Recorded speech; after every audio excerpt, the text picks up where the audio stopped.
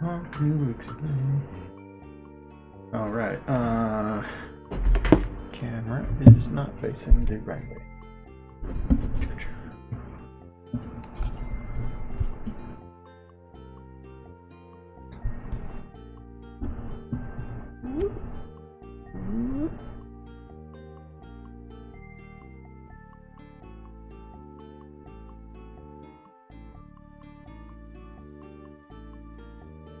Cool.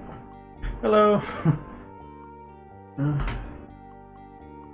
Yes, I know Adobe Flash. I'm not doing whatever. All right, we should be good. Stream's on. It is 1:23 in the morning, as is the way.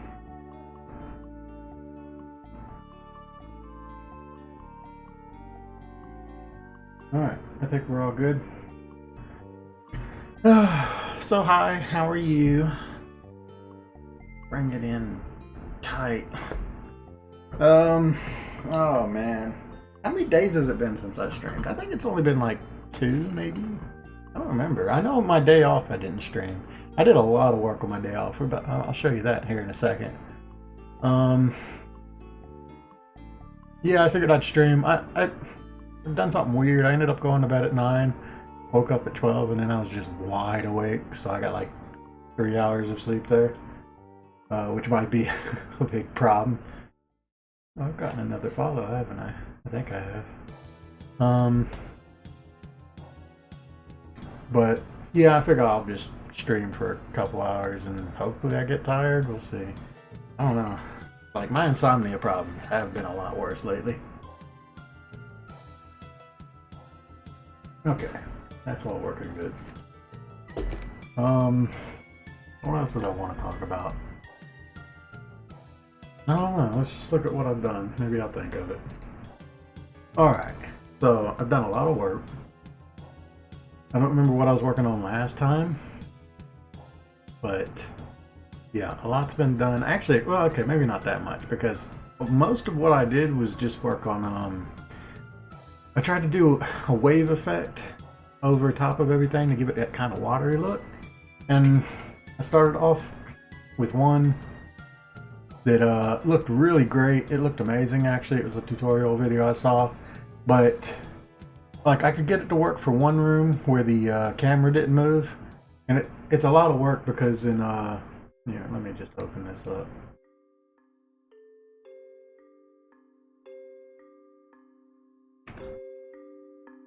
Yeah, it's a lot of work because in my game,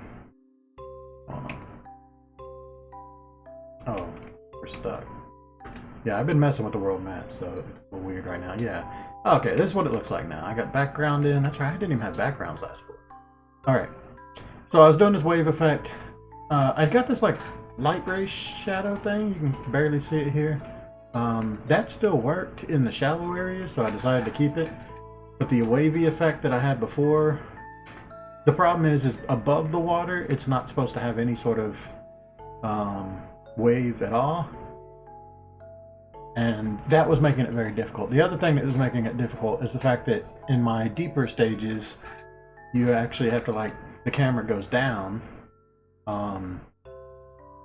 So yeah, I found a way to export the whole image out so that that thing I was talking about where you make your backgrounds an object, you actually don't have to do that in most cases. Well, in that case, okay, this is confusing talking about. You get to look at it at least.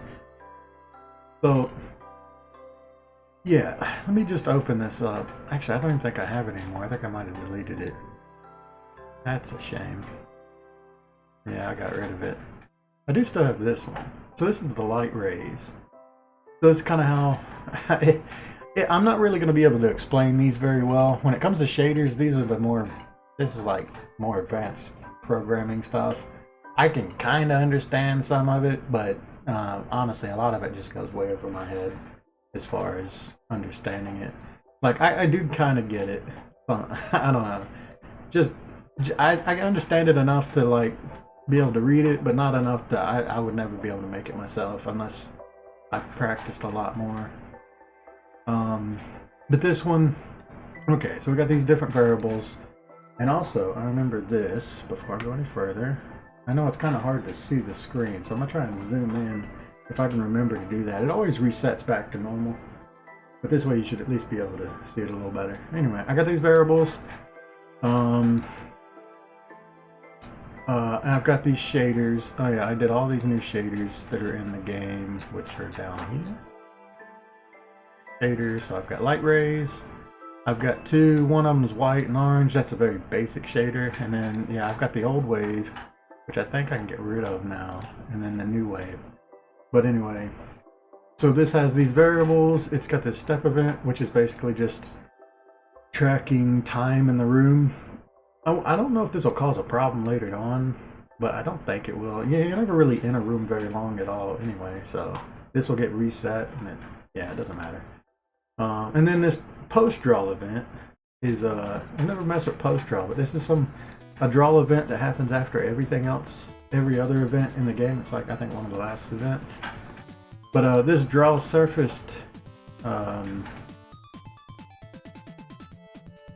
this draw surface what do you call this function is basically, it's the one that makes it to where you can actually apply shaders to backgrounds. It draw surfaces everything that is being created on the screen, as opposed to like the different objects and the backgrounds and stuff. So you basically grab the whole screen and then apply your shader directly to it. That's kind of how it works. And then I'm resizing it. I have to do it based on the browser size and height, and I think this is the big issue where the problem comes. There's probably a way to fix this, but I could not figure it out. I tried many things to get this to work to where it would scroll and I could cut off the top half of the screen where the surface is. I just couldn't figure it out. Eventually I just went with something simpler, which I'll show later. But yeah, this is kind of like resizing this surface, and the big problem is I could get it to work if you play the game in window mode, but if you ever full screen the game, it changes the resolution to like double size. I don't know what's going on with it, but it ends up breaking this whole surface thing. And this was a lot of what my problem was, is the surface, I couldn't get it to adjust based on like where the camera was. I don't know, it got really weird. But anyway, this is setting up this surface, and so this totally works as long as I'm in a shallow area where the camera doesn't move. So I'm still going to use this one, which looks nice, in those areas where the camera doesn't move. And it makes sense that if the water's shallow, that there'll be more light coming into it. So I'll just do that. Anyway, this sets a shader up, and then it pulls these functions or whatever from the script, which is this light ray script. And actually, see, when I double click there, it zoomed back out. I don't know if there's a way to set the zoom to always be in a little bit more, but I'll just try and zoom in if I can remember. Let me do this real quick. Seeing as I'm talking about all this new stuff, I can't really explain it very well. What I can do is, let's see, window capture, display capture. Okay, so if you're curious like where to go to get tutorials for GameMaker Studio and where I found all the stuff that I'm doing, these are the main places. You can start with like Sean Spalding right here. He's very good, or at least he's got a lot of really great basic beginner tutorials, and he describes them really well. Heartbeast is pretty decent as well, and this Let's Learn GameMaker Studio. And then the step event is, he's got not as many videos, and he's not been doing anything in a while, but he's got some more advanced stuff. Like you'll see, I did this water surface one that's based off of this this tutorial that he's done. So these are like, I'd say my 4 recommended channels, and then after that, just Google stuff. Usually going onto the like Reddit subreddit. I've done like the Discord, the Game Maker Studio Discord, and I've had some success with that too. So there's lots of places you can go to get some help. I would recommend starting with these if you're just very beginner, because a lot of those, like the Game Maker subreddit is ridiculous how many times I see posts about the most simple stuff that they can learn just watching a tutorial. I don't get why they go in there. They're just asking to get trolled. But yeah, I would recommend starting there, and then when you get more advanced stuff, you can go to the other places to look for it. Okay, is this gonna work? Yeah, okay, good. So that's where I get a lot of this stuff that I'm going to be using. This is the light rays shader, pretty basic there, and this is where the main meat of it is. Sets up a couple functions. I feel like I'm not saying the right word there, but whatever. Variables. And then it just kind of like moves them by small amounts to create the effects, and it changes the brightness. That's kind of like how that works. Okay, cool. So yeah, what I was talking about is I was doing the wave thing. I failed to get it working. I tried another one, and I couldn't get it working. And the thing with these waves is they make a more natural kind of water effect, where imagine like lots of points that are moving in like different circles and twisting and pulling, right? That's why I really wanted to make those work. They're a lot more complicated and I don't understand them, but eventually I saw a one that's like a, what's it, like a heat wave kind of shader. It's a lot simpler. It's this one right here. The problem is the heat wave, it only does a sine, so it's just left and right. There's no up and down. But it kind of, it works. It's easier for me to understand. And yeah, this is very simple. It's just a little sine wave, basically. And that's what I ended up going with. The issue with that is now I can't set it to the whole surface. I have to do it object by object. And that was one of the things that I lost in that the previous wave thing, it applied it to everything. So the player, all the fish and everything. Alright, now it's only being applied. You can see the bottom, the sand, the background. I made it very slight because otherwise I thought it was making, it kind of made me kind of sick and nauseous. I want it to have a very unnauseous feeling. You can see like at the bottom of the boat here, it's kind of got that wave back and forth. Very slight. I tried putting it on the player, and I made it to where the player, if they're above water, it wasn't applied. If they're below water, kind of like the ship, it does apply. But it just doesn't look good. So I think it's only going to be applied to the ground, the background, and the bottom of the ship here. And maybe any like items that are in the water, but I'm not going to do it to jellyfish. Oh yeah, I set this up to where I was worried about going off the screen when you get to the bottom, so I just made it to where he just automatically goes to this pose when you get close to the bottom of the screen. Isn't that nice? That's one I would have forgotten about, but that's just like a, you know, a quality thing. I got the explosions. Alright, so at the top of the screen, this little bar, all that is like a rectangle, and I'm seeing that it's not drawing far enough. I just noticed that now. But yeah, this bar is just like a rectangle that's a bunch of triangles all interlocked. He's gonna kill me. Oh yeah, I've got a death animation now, as you just saw. Yeah, but that's all this bar is, and the bar just interacts with certain things. So if the player touches it, it causes it to kind of like squeeze, and it's just a big, like, think of it like a bunch of springs that are all being pulled down. If you watch one of those videos, that was one of the step events of videos. He'll explain all that a lot better than I will. But yeah, I gave it a little transparency, so it just kind of has the look of the water surface. And then any enemies also affect that. And if I kill enemies, it will also, the explosion will affect that. And the other big thing was getting it to where anything that's above the water line has, yeah, no distortion on it. Anything below does. And things like underwater explosions don't go above the line. So I've got a lot of code set up to where I just exclude surfaces like The rectangle on top is a different drawing surface from the rectangle on bottom. How you think of it. I went into, oh yeah, okay, so I made it to where there's a pickup range on picking up items. Turtles still fly, we haven't fixed that yet. Yeah, I made it to where the bullets have like a little bit of a shader behind it to make them stand out a little bit more. It's just a white shader, so you can see they have that like white sheen on top, and it just makes them a lot easier to see. And I think that'll probably be good enough. I don't want them to be too much, but they were definitely way too dark and hard to see before, so I did that. What else?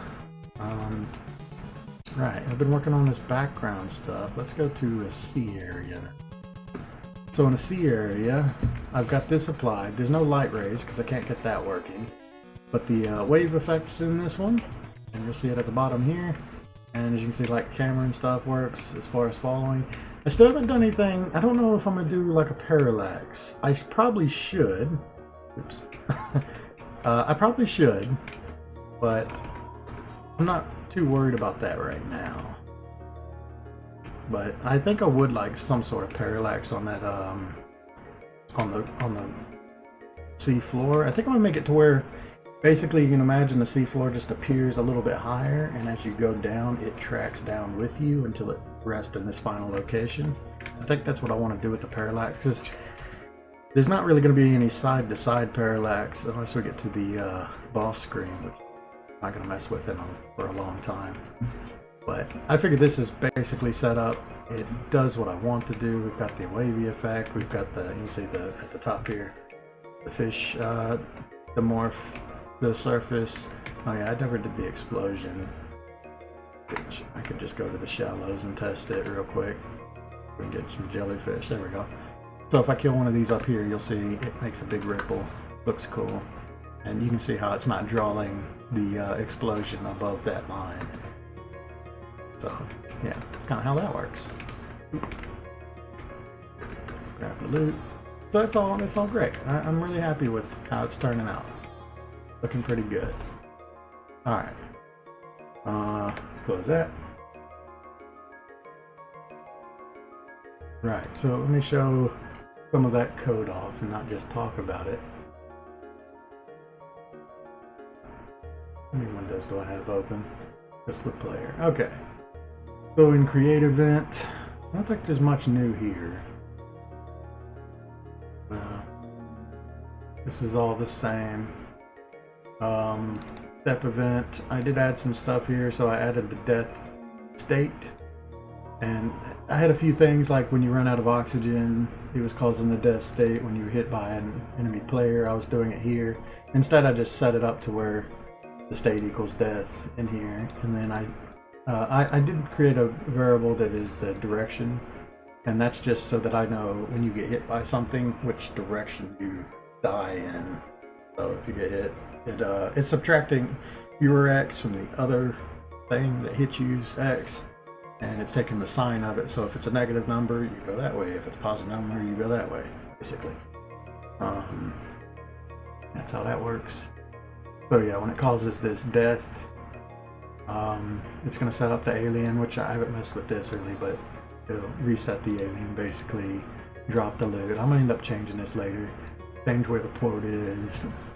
I create this harpoon gun, which you saw when I died. He drops his weapon, so it's just a little item that falls. Set up a V-speed that's negative, so he first goes up a little bit and then he goes down. It looks nicer. And then go into the dead state. I change based on what upgrade you have to the snorkel or the scuba. And then I move you in the directions you need to go. I add a little bit to the V-speed. V-speed is -5, so it's going up, but it's slowly adding positive numbers, 0.2 at a time, until his speed just ramps up, and he falls off the screen.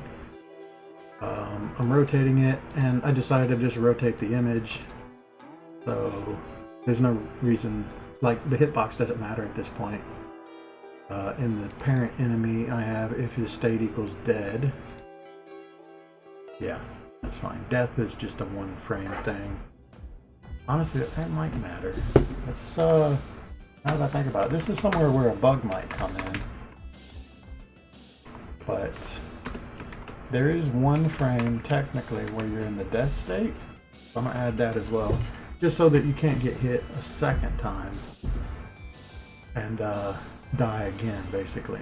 I don't know if it could proc, but this way we know it definitely won't. So if you're in dead or death, you won't be affected by enemies, obviously. It doesn't matter. Yeah, once you fall off the screen a certain distance, it goes to the world map. I'll change this to like a game over screen where you drop all your items and reset, whatever, later.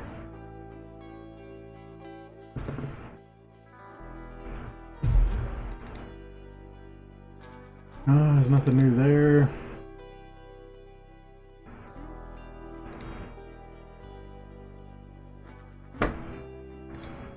Okay, and all that's the same that we had before. Let's look at these shaders. Okay, so all these test things, this is a good thing to look at. I did this color picker object. This is really handy. Basically, it's a white block. I could show it, but I'd have to set up the room again, so I'm not really going to. I'll just try and explain it. But there's these three variables, red, green, and blue. 255 is pure of that color, so it's 0 to 255. And then we've got this global color equals make color RGB, red, green, and blue. So yeah, if you've ever seen any type of gaming color wheel, it uses red, green, and blue values to make all the colors of the rainbow. So what I'm doing here is I'm creating an object that has these variables and stuff, and then I'm drawing it, and I'm drawing text to show these different variables. And then I set different buttons, shift and control to control blue, left and right to control green, up and down to control red. So red's going up and down. And this way I can just put this in game and use those buttons and find the colors that I want, right? And then once I know what they are, I can write them down. And then I put in here, instead of red, green, and blue, I just put those values in. So whatever color I got for red, I put in whatever color I got for green. So that's how I got the orange in here. And the orange is, it's 0.2, which is 1/5. I think it's like around 50? 55? Yeah, 50. It's around 50. 1, 50, and 0. And this makes an orange. I didn't have a color for orange. This is a basic color shader, by the way. I don't even think you change anything in this first code. Maybe the color and the text color. This is a really old script that I've been using because it's handy to just have the character be able to flash a different color, or to put like a color behind. You can make like shadows with this. So this is really simple and easy shader to use. It's probably one of the first ones you should practice with. But yeah, it just it creates texture, puts the color, and it's basically drawing the sprite in a full solid color. And I've got white and orange because I don't know which one of those two colors I want. I think white might be too blinding, too flashy, and orange kind of matches the color that I put into all these enemies, so I'm gonna try it as well.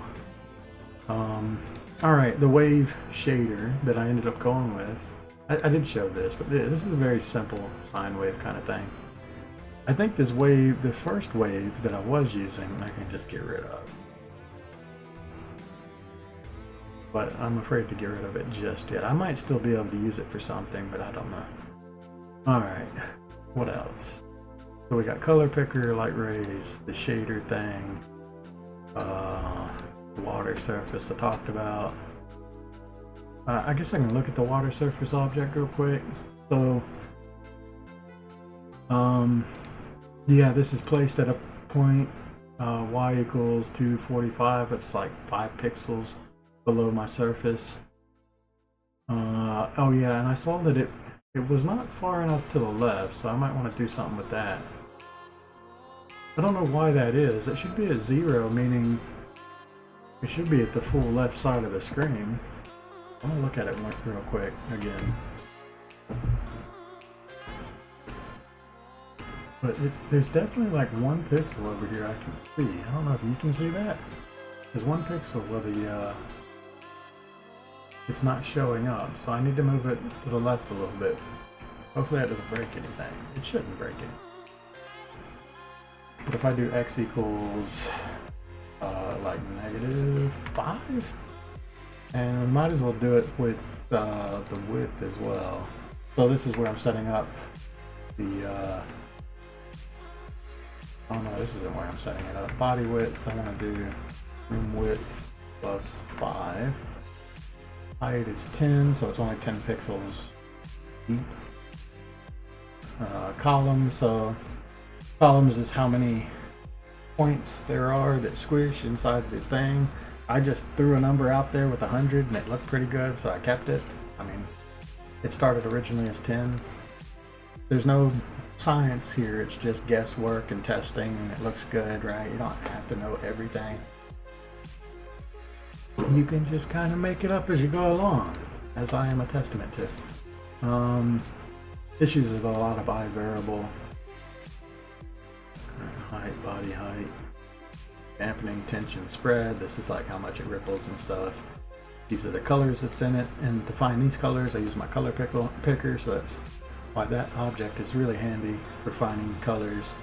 You can probably use some Google program or something to do that as well, but I don't know, I just made my own. I usually make my own just so I can find it and I can see it in game, so it's just kind of handy to have that. That's how I found those numbers. Also, you can, like, for this, I think I even colored this. I just took the script that was in the color picker and I added it to this object so I could color it and see it in game, and I can find exactly what I want. That's another reason to use that. These are the step event for this. So I can zoom in a little. Forgot about that. Yeah, it just goes through all this stuff. This is the important part as far as like the part that I added that isn't in the tutorial. It's got something like this. It was like interacting with the mouse, I think. But basically I made it to where it interacts with the player. It just causes the wave to move by -0.5. The enemy, this is the same deal. And then I have a collision. It goes an extra large, like 100 pixels for interacting with explosions, because I wanted it to where if there's an explosion, I didn't really show it, but if there's an explosion below the line, it doesn't have to touch the line. It can be below the line and still cause the water to ripple, because that looks nicer. And it goes in the other direction. Instead of pulling down, it pushes up. Because it's an explosion, it makes sense if the surface would kind of buckle. And here is where, when I get to like making water particles, I can just make the splashes come out based on how much it has changed. So basically for like this one, I want to have like, you saw that it kind of buckled up, but imagine it buckles up and then when it comes down, a big splash of water comes out, just like a real underwater explosion. That'd be really cool. So every time you kill something, it's like these little bursts happening. I wanted to add a kind of a ripple effect as well. I've got code for it, but it's going to be a lot of work doing that code and then applying it to every object.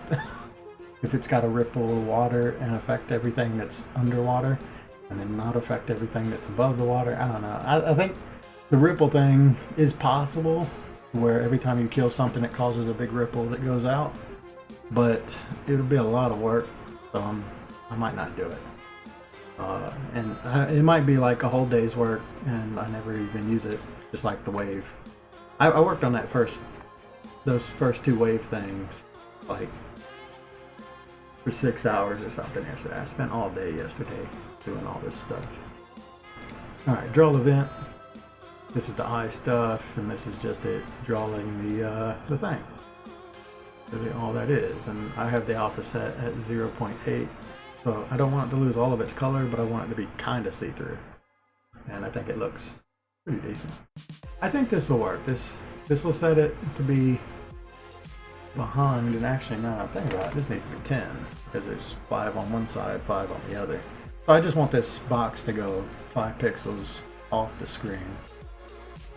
And Let's test that and make sure it works.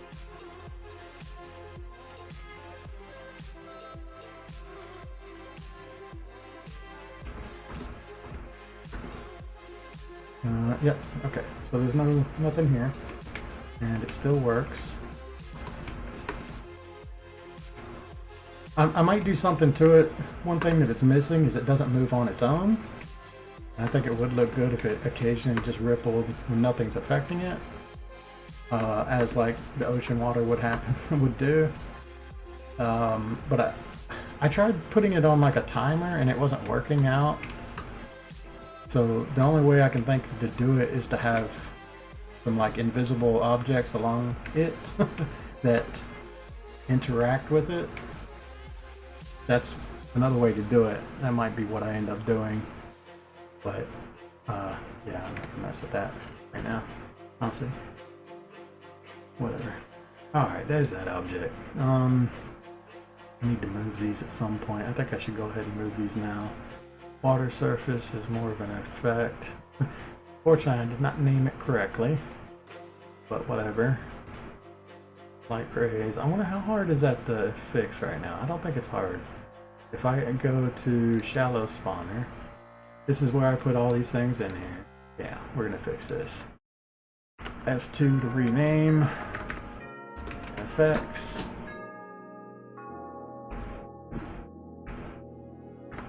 Use above effects. So I'm gonna change these. And I've made the deep sea, which is in sea spawner and deep sea spawner. I gotta set these up. No, I didn't even do deep sea yet. Effects. Okay. What else do we have here? This color picker is more of a text object. Shader test. These are all testing objects, so I'll leave them in that folder. Okay, that's good. So I did the 3 rooms or 3 stages. Well, technically only 2, but I made the other one, the deep sea one, just to test it. But I'm going to stop there because I don't want to do any of the other rooms until I figure out how dynamic lighting works. That's another thing that I have to tackle. It's going to be like another shader that goes on top of everything, and it's probably going to have the same problems, but yeah, I need to figure out how dynamic lighting works before I do more rooms. And I'll end up I'd have to like copy all the code, so there's no reason to do that. For now, I'm just going to go do what I was doing before and go into each of these enemies and set them up and just do all the things that I can do for now, basically. Probably this stream, we're just going to be working on the world map and getting it working.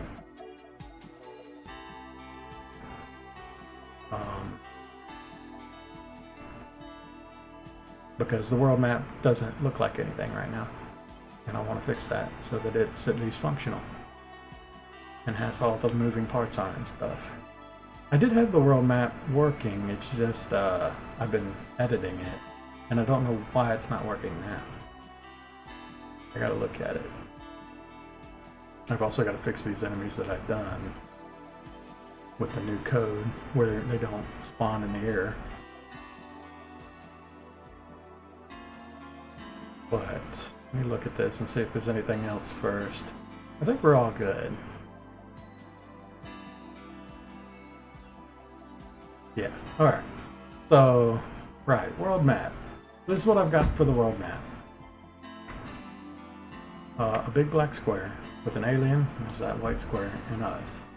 But in this scaffolding, I've got all these white blocks. I've set this up to work with the background, but because I'm still drawing the background as objects, this is just so that I can see it in Game Maker Studio, and then I'm going to hide it and probably get rid of it later when it's not necessary.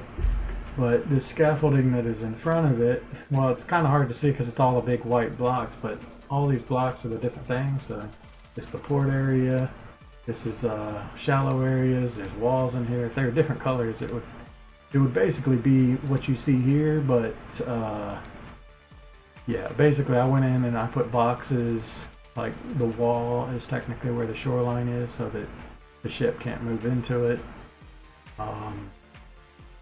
So yeah, basically doing that, and then I put the shallow areas like in this spot where it's light blue.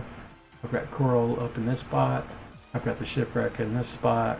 Normal seas in here. Deep seas here. Oil rig for it. Right, I put all the points in their places.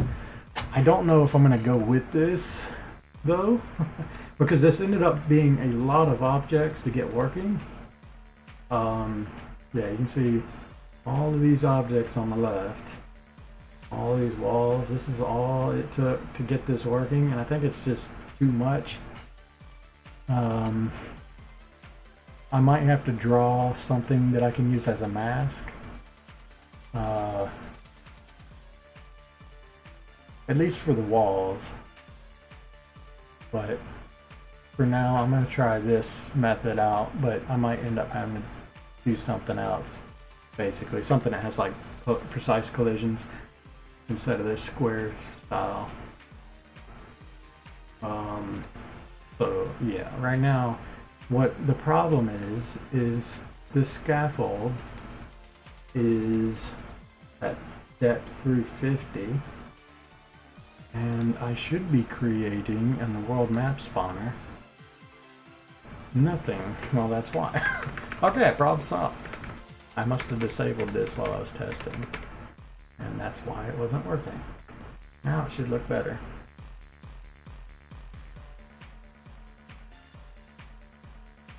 Yeah, there we go. You can see the world map now.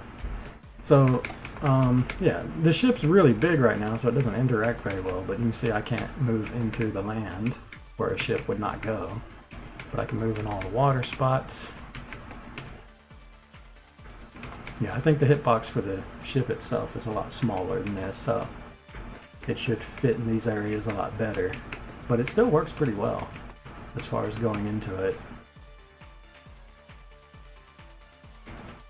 And that's kind of like the basics of the world map. This thing's got some collision on it. I don't want it to where you can go over top of anything. You're not supposed to be able to go over top. You can't fit back here right now. Yeah, that's how that is. Got the waves working, and I just gotta add all the fancy stuff to it. Alright, real quick, I gotta go to the bathroom. So, I'll be right back.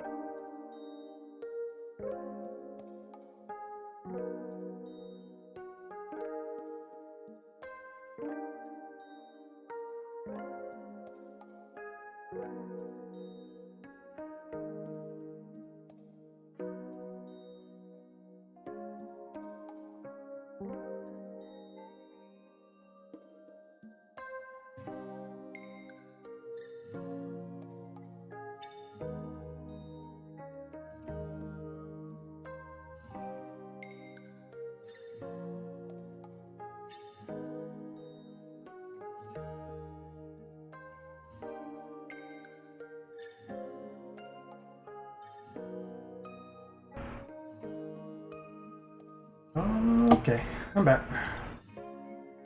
Now, oh, what's that? That's the top of the screen. What's going on there? Was it always doing 2 of them?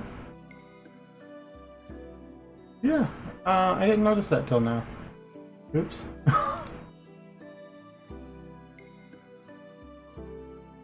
Well, this might be useful. I wonder if I should hide parts or something. I can move this up. I was thinking like zooming in. Maybe this would be better like here.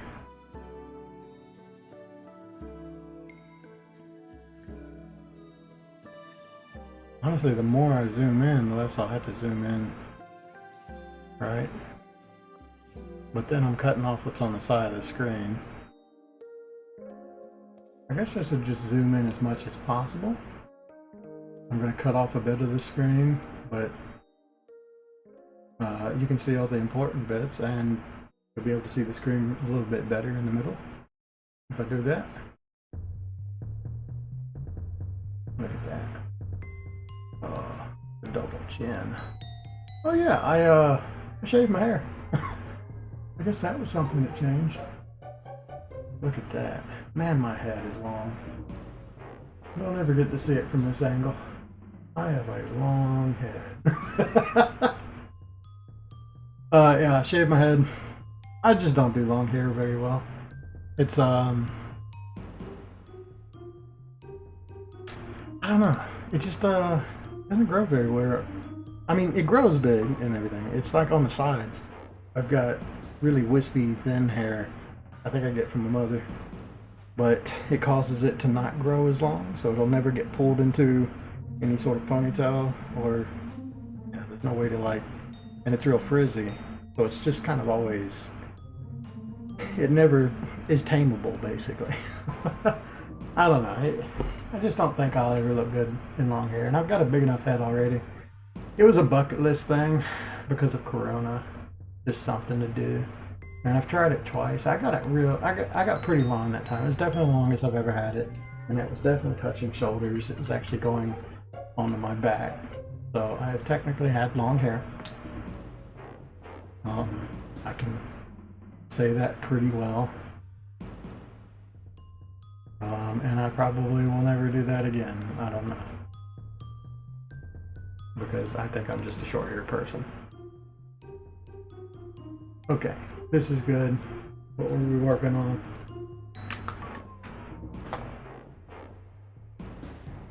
I wanted to do more world map stuff. So right now this is all we've got in the world map. Let's hide that and show this so it's better to look at. But what do I want to do first? Let's do the ship. That's something that we can start with. The ship looks like a big brown box right now, and that's not very great. First, I'm going to look at what I've done before. I've got a global ship position so that I can remember where it's supposed to be. I got a shop menu thing that sets up, which I will use in the future. I just don't have any drawing for it, so we're not going to worry about that right now. We got a lot of like collision stuff for anchoring. That's right. I'm probably going to change that. Also, the ready thing, alarm 0. I'm gonna shorten this because I've noticed it's been pretty long. The alarm's set for 2 seconds. Let's just make it 1 second. Try that. That alarm is how soon you can go back into an area after leaving the previous one. It's to stop you from accidentally going into an area. You have to wait at least a second before you can go back in, basically. Okay, so there's all that. This is all the shop stuff. That's for that. Draw. This is drawing the shop stuff, and this is drawing the sprite for the ship itself. That's a dog barking. This is where you buy upgrades. And this is colliding with the alien that drags you into areas. Okay. First things first. Ship. Right. Let's go with player. Ship. Okay. That isn't right. Have I not made... I definitely have the sprites in here. I just don't know where they're at. Overworld? Overworld. We want this one. Okay. So I don't really have... Oh, I do have movement stuff here. I guess I would apply it to this then.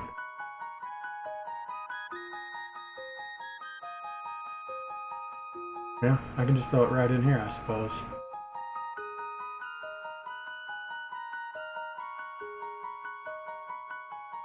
I want to make sure it'll work. So this is saying if key up, not key down, if key down, not key up, key left, not key right, if key right, not key left.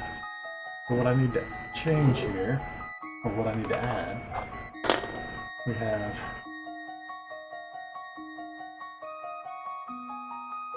okay, we're going to need an angle variable for this one. I think I actually also need... Yeah, I just need an angle for both of them, really.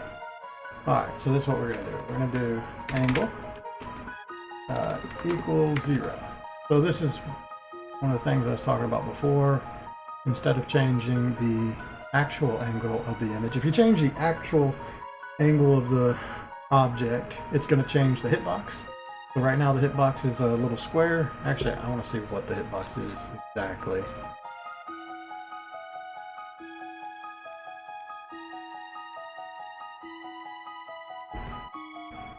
So the hitbox for this right now is this little box. I don't know if I want to change this box. I probably will, but I'm not going to mess with it right now. I think they all use the exact same hitbox, so it doesn't matter setting one specifically. Though this one's probably different. Yeah, no, this isn't going to work. I need a hitbox that works for everything, I think. Because I don't want to be changing between this hitbox and this hitbox, or it might get me stuck in a wall. So what I need to do is set up some sort of hitbox that works for both images. But the problem is this image rotates up and down, so it's kind of hard to know exactly where that hitbox is going to be.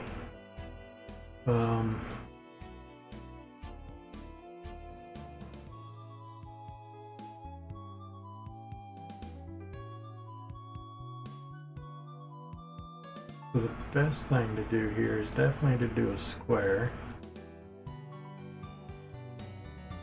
But this is going to allow me to drive up on land a little bit. I don't want to do that. I want to take it like all the way up to the water edge. Probably.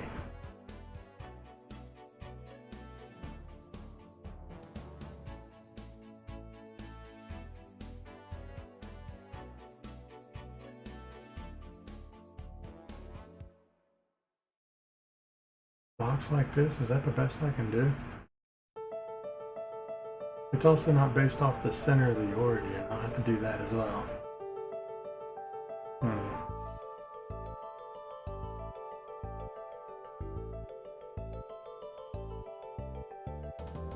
don't think it has to be this tall though. I'm trying to get this hitbox that works for this sideways one, but I also want it to work when I take that image and rotate it up. So it's got to be something that works for both. So right now, if you imagine this on this screen, it would be in this area. So there's some spots to the side, which you're not going to be able to glide correctly with like the walls. But I think this is as good as I can get it without having the ship actually look like it's running aground too much. So let's go with this. We need an origin point.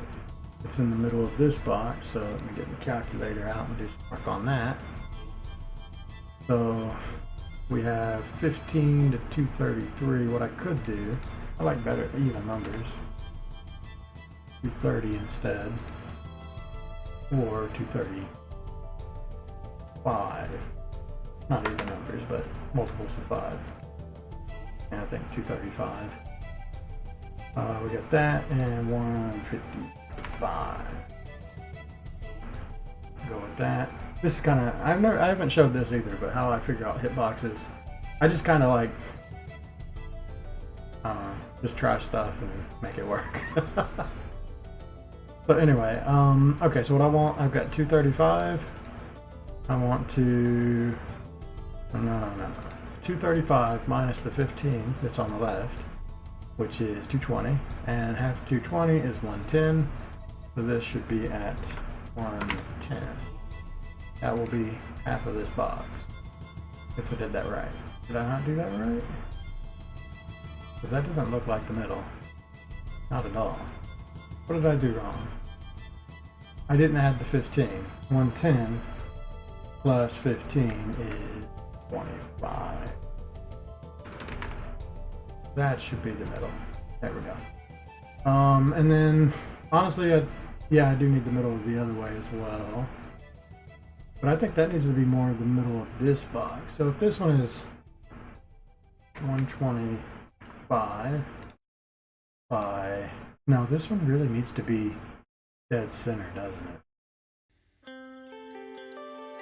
I don't know. I'm gonna keep it in middle center for now. It wasn't even middle center before. Fuck. What was it before? It was 141, 79. Oh, it was middle center. Okay. I'm gonna keep that middle center because it's gotta rotate off the middle. That hitbox doesn't matter. Right. I think this is fine. But this, I think, does need to be in the middle. Yes, it does. So, okay, let's do the same thing we did there with this. So, 155 minus 70 is...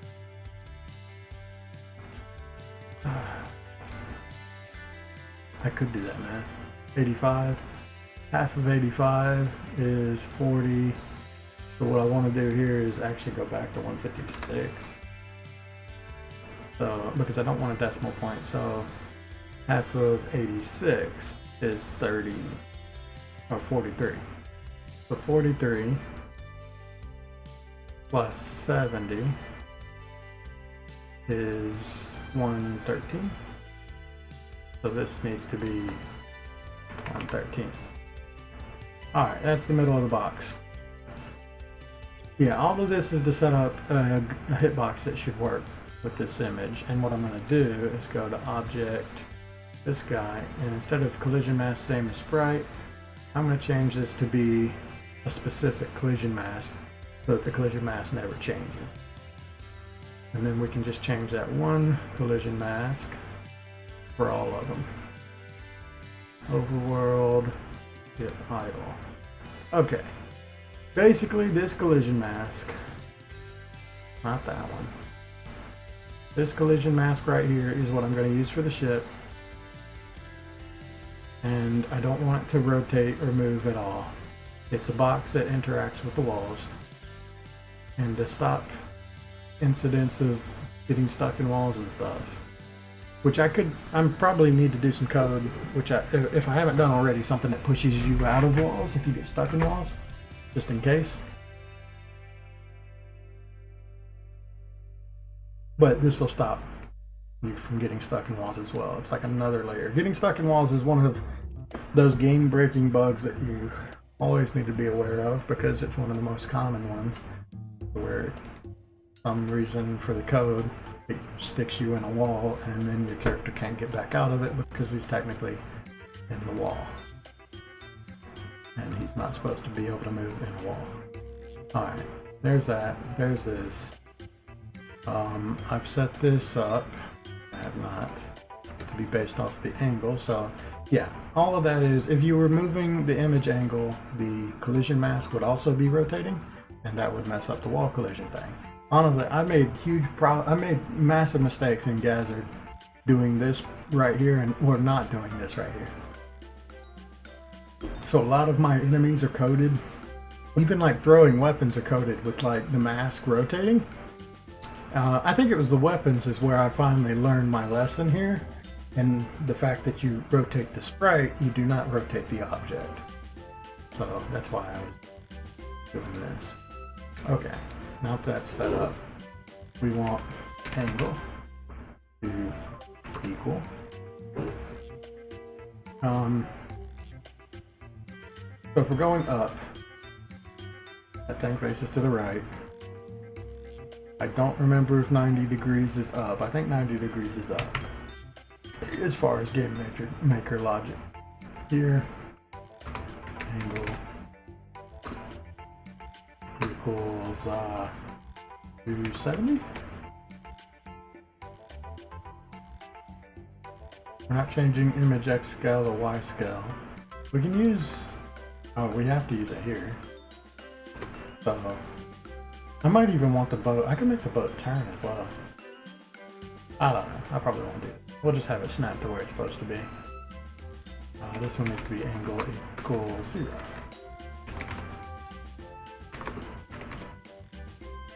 And honestly, both of these are angle 0 because the image X scale or the image scale changes, so that'll be fine. Alright, that should be that. And now I gotta change the sprite. So, right. Index equals S. I'll ship.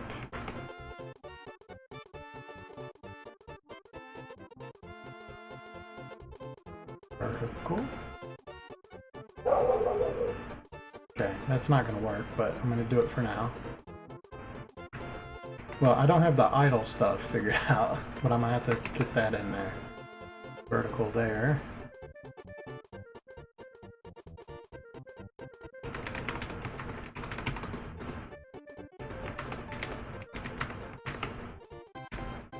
Side.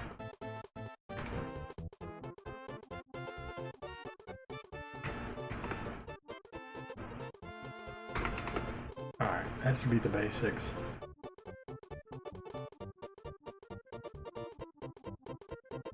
And it should stay what it's supposed to be if it's not moving. So that's where I should set up.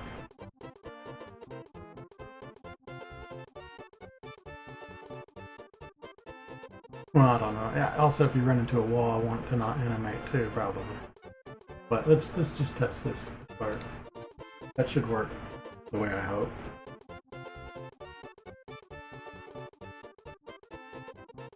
Just gotta load texture pages. It's already been an hour. Barely did anything. I just talked about it all the time.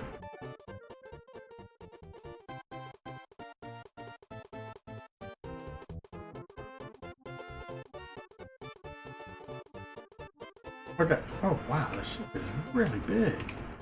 I didn't realize it was that big. I should probably make it smaller. Also, that's that's backwards. Oh, it's working. Wasn't it working before? Oh, if it goes two sides. Okay. One second. If I go side first and then down. If I go down first then side. It always defaults to the side.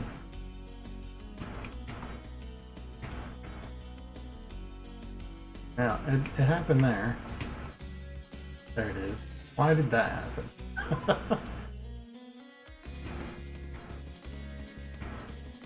Right now it's completely backwards. It was working before, right? Yeah, now it's working. Why does that happen?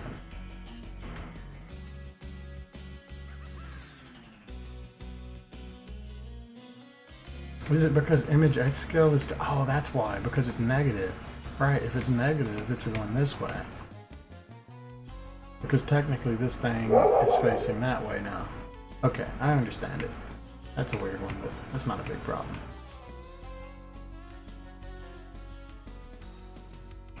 Man, the ship is a lot bigger than I thought. I don't know if I want it this big. It seems way too much. And it's not really going to fit in anywhere.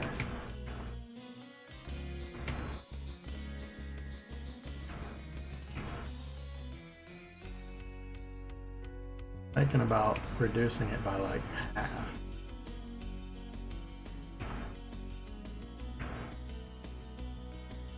So yeah, like we're run up on technically ground now, which doesn't look great.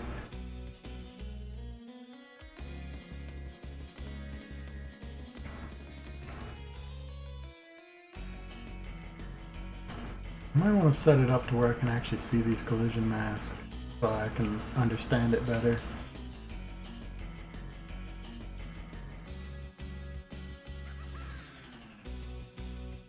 Alright, let's fix it and adjust the sizes and stuff.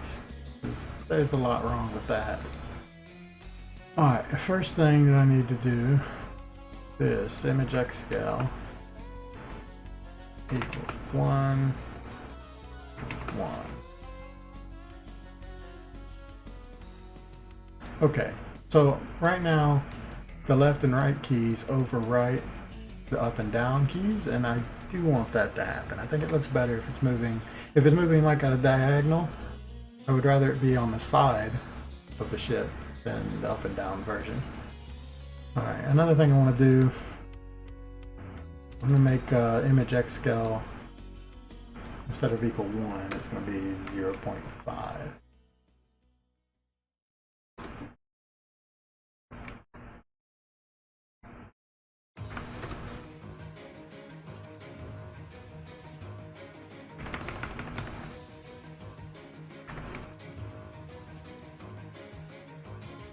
And changing the image X scale will change the collision mass size as well. It should, I think it will. So let's do that, and then we want to do image Y scale equals 0.5 as well, so half size.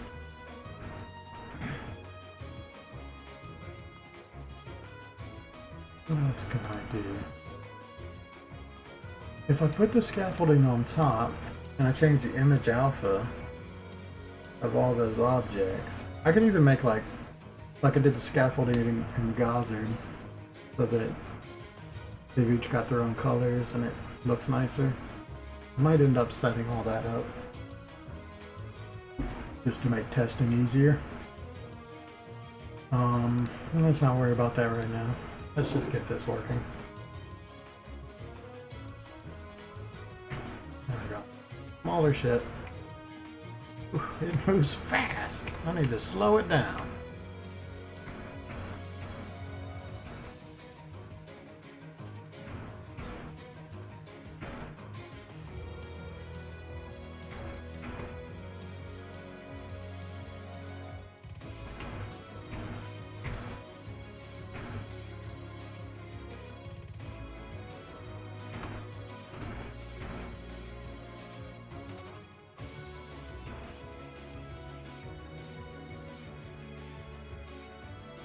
Okay, other than it moving super fast, it seems okay. Also, is this screen tearing?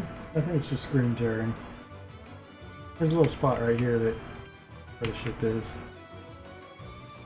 That was tearing earlier, but it's just some vertical sync thing. Alright, I think that's better.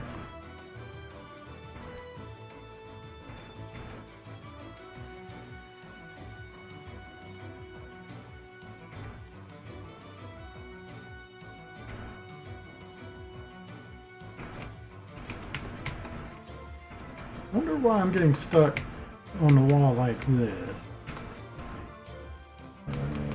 It's stopping me from going up. I would like to be able to slide along the wall, right? Right now I'm pressing both diagonal up and sideways, right? Yeah, I'm going diagonal, but it's stuck on the wall. I need to set it up to where it'll slide along the wall and not just stick to it. And I don't know why that's a thing. Probably something to do with the way I coded it. So I'll have to change that. Everything else is working pretty well. Also, can I see? I can see all the way to the left side of the screen, I think. Pretty sure that's far left. Yeah. I don't think I can see. Oh, I can see the radio tower. It's right there. That's nice. All these things that I added, you'll be able to see. I'm gonna add like cars along the road, the radio tower. I'm gonna add this lighthouse, this helicopter that goes from here to here. I'm gonna add birds that land in certain spots, and I'm gonna add clouds. That's all the stuff I want to do. I can go on the stages, and it looks like this.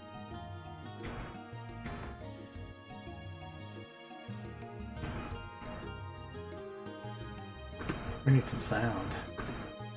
Just dead silence. All my games are dead silent, because I always do. I haven't done any music. I look forward to that. I mean, I both look forward to it, and I'm not looking forward to it because it's something that I know nothing about, or very little about. But it'll be interesting too. Alright, that's all working fine. I need to figure out how to make it slide on a wall.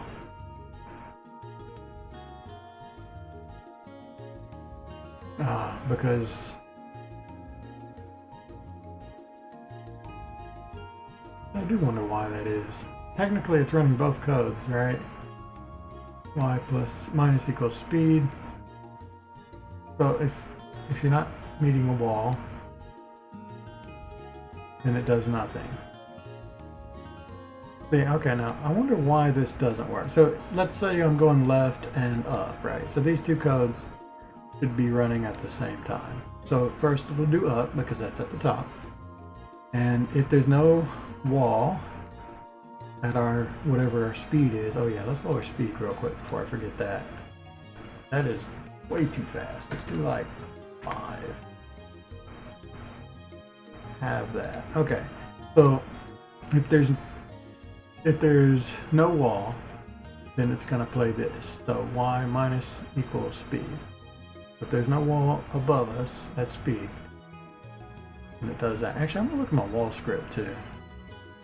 I wonder if I did set something up to where it pushes this out of the wall. Because that would explain why this isn't working. No, okay, I have nothing set up like that. So, if place meeting y minus speed of wall, it should still go y minus equals speed, because this one, if x minus speed wall x minus equals speed, so this should be activating here to where nothing happens, but this is being activated here, so y should be going minus equals speed. So the problem that would be happening is we're technically in the wall, and the wall is technically above our character. So it's activating this instead of that, what we want. I think that's what's happening. And the best way to test that, I guess, is to do my favorite thing, draw text.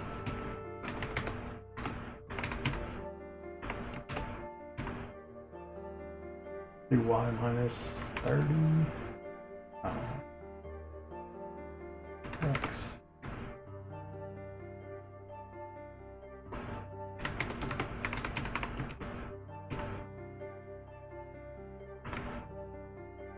So I'm drawing the X and Y. Probably draw it to the right of my character, so plus 30. Plus 30. Hopefully that's in the right spot, and I can see what the X and Y coordinate is while I'm running around on this map and see what's going on. Alright, our speed is way slower now. Okay, I'm sliding on the wall here just fine. I'm holding left and then up and down.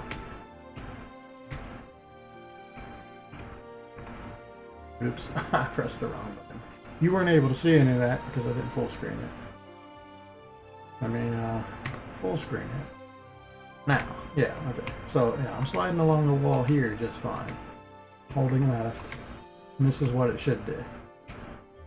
Sliding along this and holding down, so that's not a problem.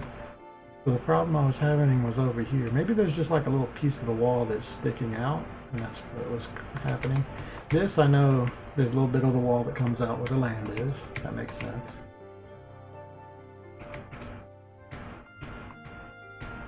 Okay, here I can't go up. So this is the only one that's causing a problem? Yeah, this is the one that I was having a problem with last time. Which is weird because it totally works fine for everything else.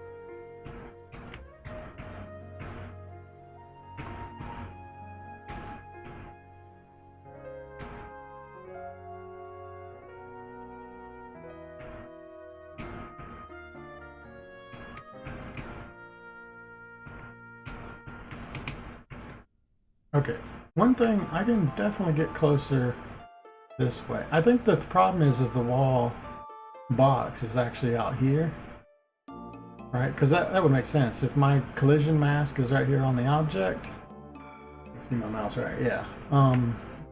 That means the wall has to be just like sticking out of the water. I think what would solve a lot of my problems is doing a better mask instead of this little block thing, because the block thing, I can't really get it super precise. That would fix all this wall collision stuff. I still don't really understand why this one's messed up and why I'm sticking to this one in particular. That's very unusual. I'm looking at my X and Y coordinate. They're not in a weird spot. Well, it's at night. No, okay. The one we're looking at is the X, which is the bottom one. 925, 805, 800. I think it's actually in the wall when it's at 800. See, it's at 805 now. It's at 800 now. Technically, that shouldn't be possible if I was stopping at 805, right? 805, and then 800. I think it's actually in the wall, and that's why it's not allowing me to slide along it.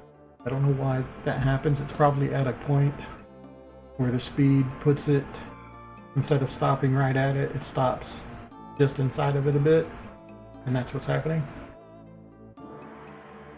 So yeah, I'll just need to do something with the code to, if you go into a wall, it pushes you out. Or probably, I think my code,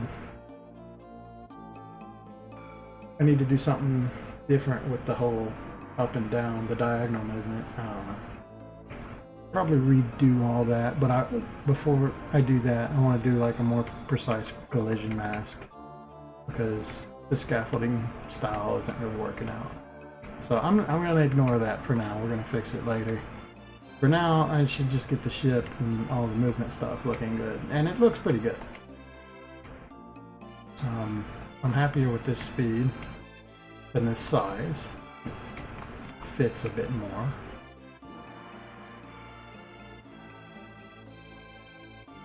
Right, so let's set up all the little doodads. I'm just gonna stick with that. Oh yeah, I also need to make this guy idle. So let's do that. Oh, for idling, to do it. Oh yeah, this is the perfect place to set up idling.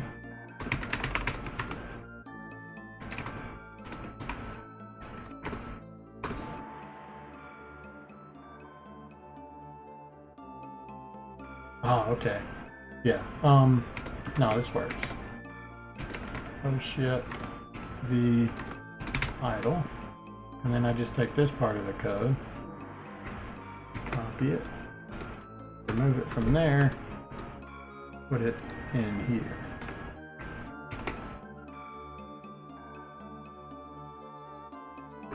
Right.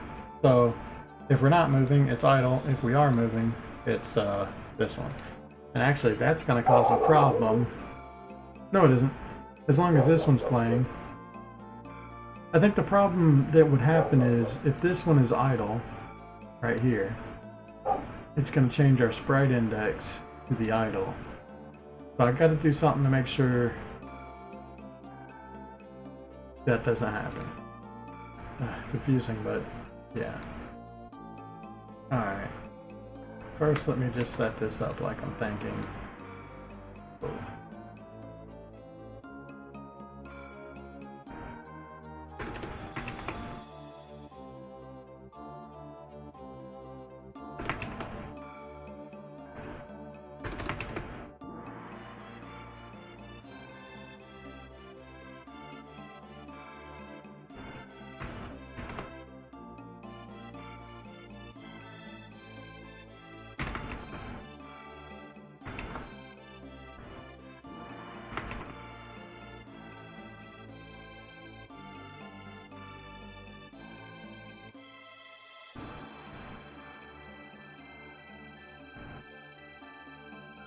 So this one just needs to be side idle. Side.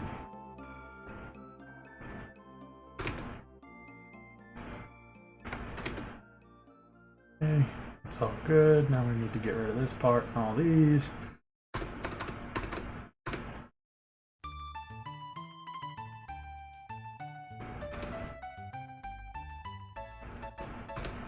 Alright, so the problem that can happen here is we're technically moving up and down, but if this activates, it's going to show it as an idle ship moving up and down, which won't look good.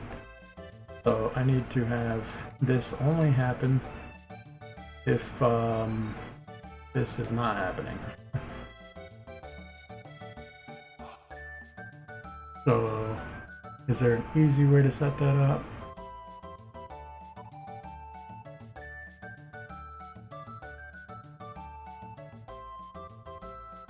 I just need to set another variable, I think. Just call it vTravel equals true.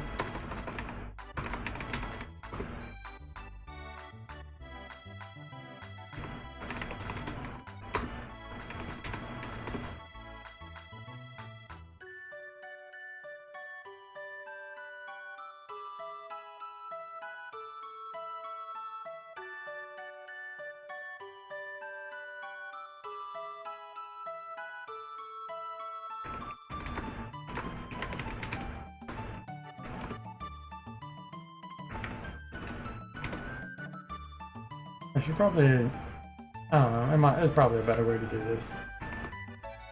Can't be bothered to think of it right now. I'm just gonna do this.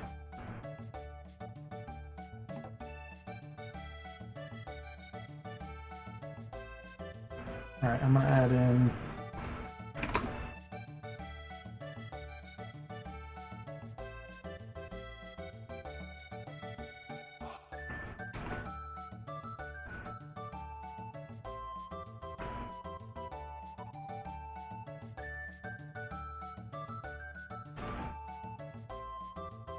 one for if you're not pressing either of those keys. vTravel equals false. So basically I'm setting up all the instances where we're not moving up and down to have a variable activate so that I know in this one whether we should be moving or not.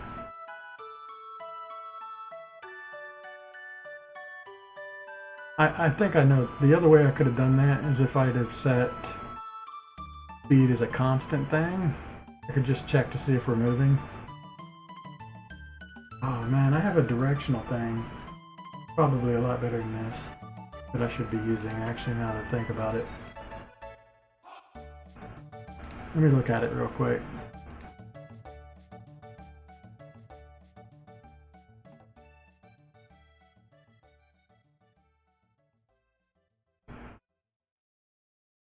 Vision drawing the surface. I think it's at the bottom. Right, drawing 4-directional sprite.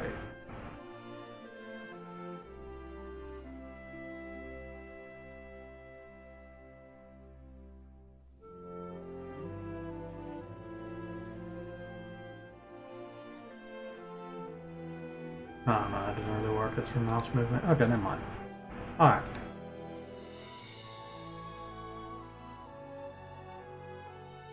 So that's all set up. Let's set up this V-travel thing so it exists. Equals false. Okay. And now in this, I just have to set up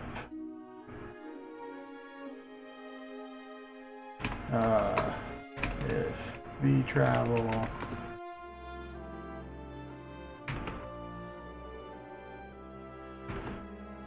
else.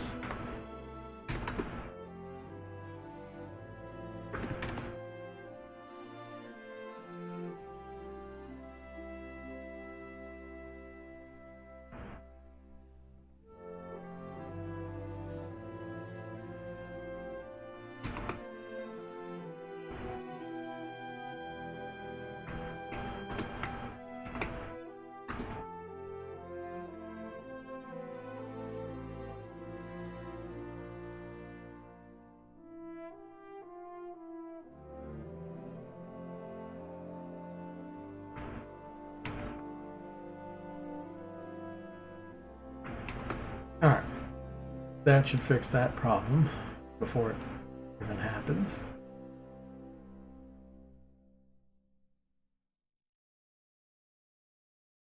Let's test that. Oh wait, there's one more thing. Moon runs? These aren't moon runs. These are numbers and letters that make magic. I'm playing God. Alright, here we go. I'm gonna show you what it looks like.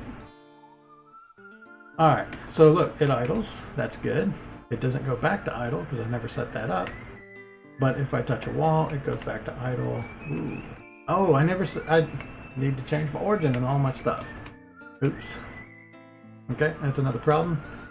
But that works, and if you're moving, it causes it to go back to that, even though it looks like shit. Alright, let's fix it. Oh, this is GML.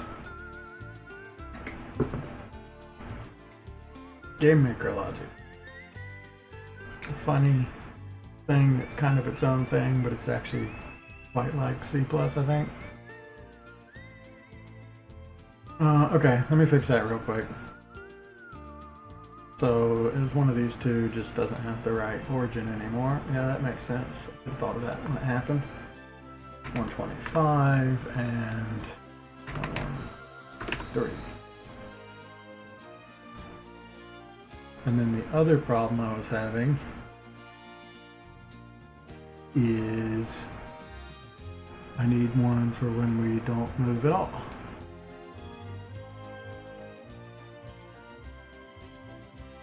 So it's just like this.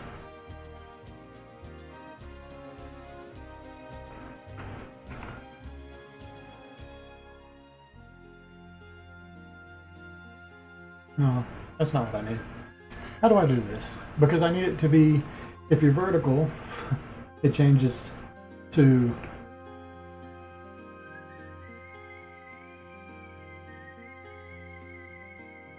yeah. Good question. How do I do this? Let me think about it. I'm gonna open the game up again. This isn't as simple as I was thinking because there's like 4 different states you can be in that have to swap back to the correct idle that it's supposed to be. So I need to make sure. I don't know if it's just if there's no keys pressed. Depending on what sprite you are, you just go to the idle one. That seems like my first instinct, but something tells me that's wrong too. Because I think you can technically be moving and then stop moving.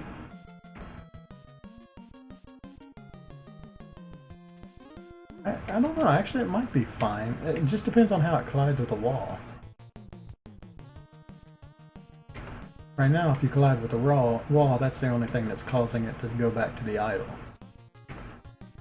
No, I think that might work. Well, let's just try it. So, what I want is basically this.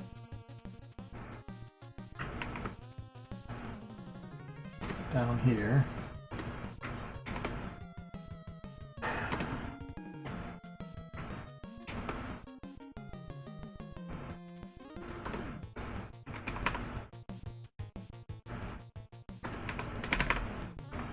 Okay, if you're not pressing any direction key. Now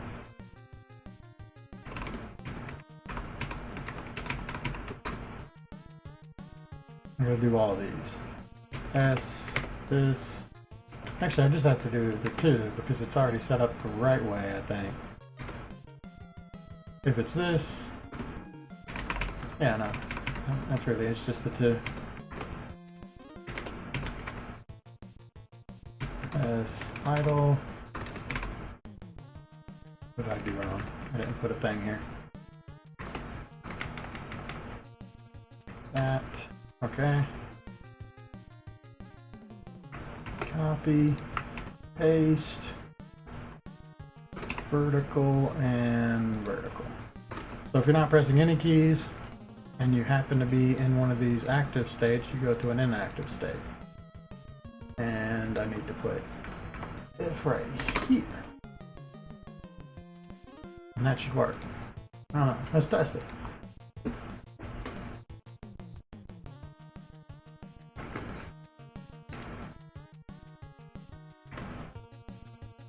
Alright, it's idle right now.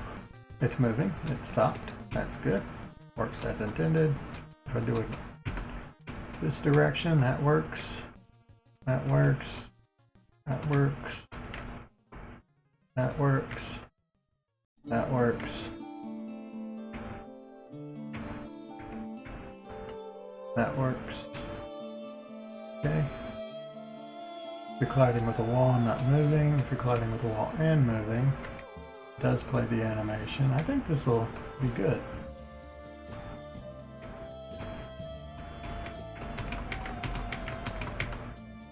This makes me wish I had done like diagonal. It probably would have looked better because the like jump from up and down is very jarring.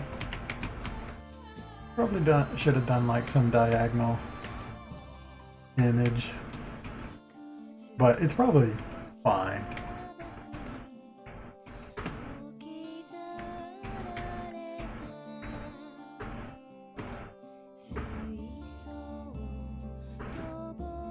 Yeah, I'm cool with that. I think that works. I'll keep an eye on it, but that should be all that really is to it. Alright. Cool. That's the ship. Was there anything else to that? I don't think so.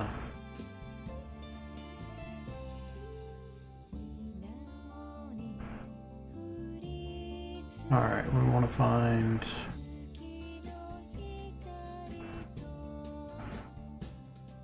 page.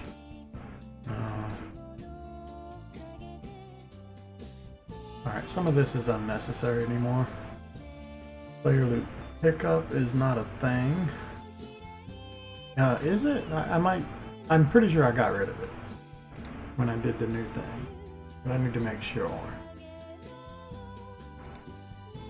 Yeah, it's not in here anymore. So, did I delete the object? It looks like I did. Good. Player loop pickup is gone. That means this image can go. Delete. The ship is gone. Delete that. I know it was on the plane, but that doesn't matter. I'm still using temp enemy. I don't think I'm going to use this bullet for anything anymore. Delete that. And temp player is gone. Delete that. I'm going to keep the temp enemy. Just having a white square or rectangle is always useful. Alright. So, overworld creatures, alien, we're not going to mess with that right yet. I want effects. Dust, enemy, overworld, rogue waves. And then I have normal waves. I don't know which one I'm going to end up using. I've got these different icons I might want to set up. Map, this is the stuff. Overworld vehicles, yeah, we need to do all this crap. So, what do I start with? Clouds seem pretty simple. I should start there probably. The helicopter shouldn't be that difficult. I can figure out the problem with like the lighthouse and the radio and the cars. I need to do dynamic lighting before I do any of this stuff, really. So I think I'm gonna put that off until I decide to do dynamic lighting. So we're not even gonna do that. I'm gonna get the waves working. I'm gonna do the clouds, the helicopter, everything that doesn't have lighting, basically. The seagulls, I can do that. That's 4 things. We can get those 4 things working at least. And then, yeah, I need to get the wake that comes off of the ship working as well. Alright, let's close everything real quick. And we will go to... Where do I put this at? Technically part of world map. Yeah, I guess I throw it in here. Create, so I said 4 things, right? That would be the helicopter, the rogue waves, the seagulls, and the clouds. Start with that. So, helicopter.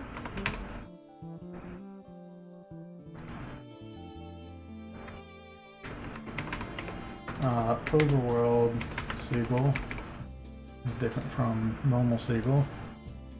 I guess I should do like overworld helicopter, keep these consistent. Maybe I should just add it to the end. Like this. Yeah, it'll look nicer.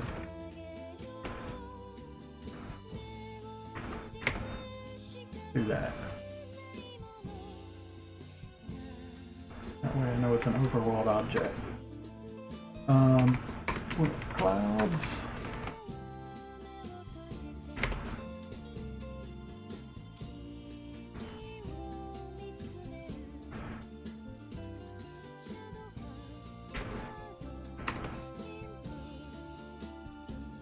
And then rogue wave.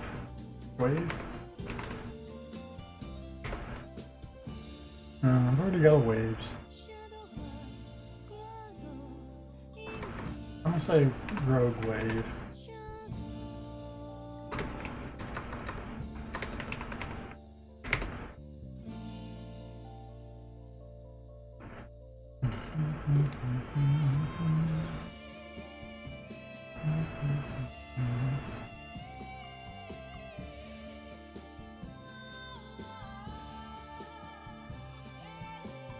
That's all vehicles. I think that rogue wave was in effects, wasn't it? Right, effects, wave, rogue wave. That one. Cloud, sprite, map, cloud, seagull, sprite, map, idle. Oh yeah, I want 2 different types of seagulls. I want ones that are idle on the map and ones that just fly by. So yeah, let's do that. We'll do seagull,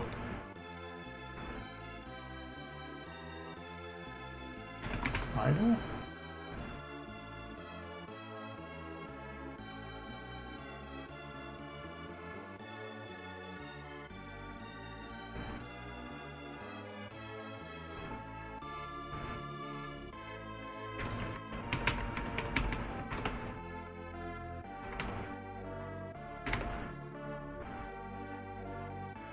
I could probably set it up to where one object does both things, but whatever.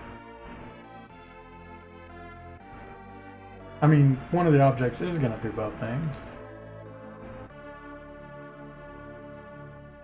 It's just one's going to be on screen already, and the other one's going to be coming from off screen. So what I really should do is probably make like a Seagull spawner and a cloud spawner. Maybe, I don't know. Maybe I can make the object itself do that. I'll probably need a spawner for both of those now that I think about it. Because those are things. Yeah, I need something that spawns like lots of things. The same thing goes for the waves. All those really need spawners. Alright, let's get the objects themselves working, I guess. Figure that out as I go.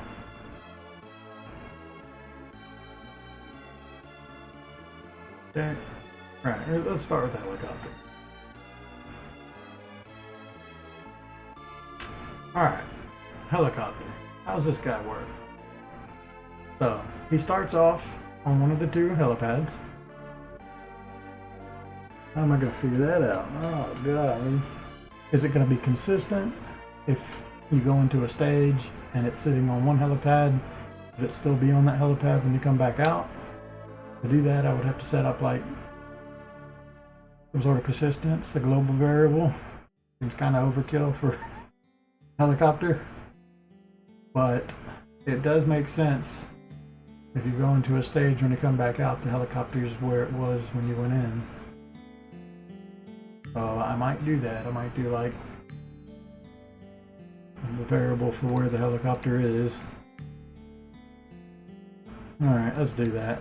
I need a global for it. So let's open initialize as well, because I want consistency.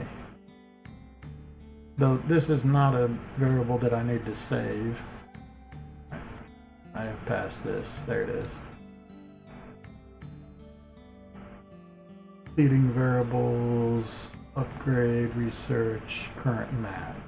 I think it's a current map kind of thing.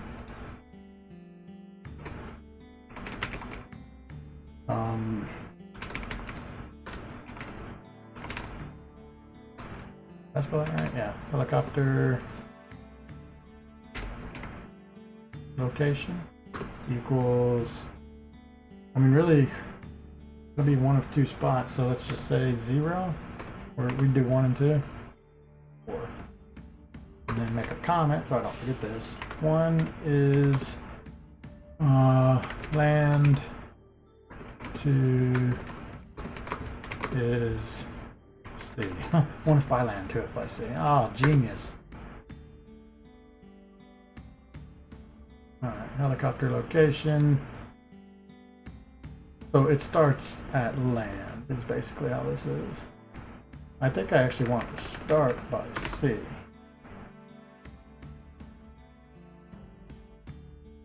So if global, oh, hold on, typing down here on a, no, okay, that's weird. If global helicopter location equals 1, set up this stuff, and I guess that's else, because it's only going to be in the 2 locations. So if it's mid-flight, when you go into a stage, it's still going to, when you come out of the stage, be at the place where it would have landed, because you'd be in the stage long enough for it to land. It's not going to seem weird that that happened. Right? That makes sense? That makes perfect sense. Alright. X equals blah. Y equals blah. X equals that. Y equals that. Alright. Where are those locations at? Let's find that out. The world map. Let's make our... Where are you at? Helicopter object in the correct area. There he is. Oh, it's adorable. Alright. I need to turn grid snapping off for this. So I want it to be... Where do I want it to be? I want it to be like dead center here. If it's like here, you can see it better. I think I go there. So this location. 2851. Copy that. 271.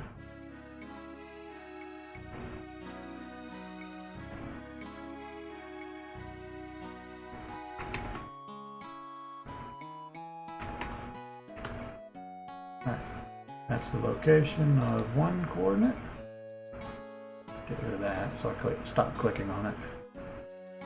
Now we move this guy to the other place he can be.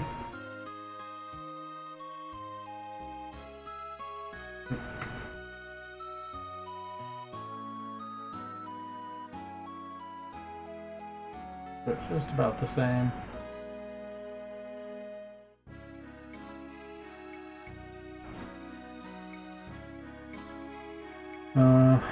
And this location is 446.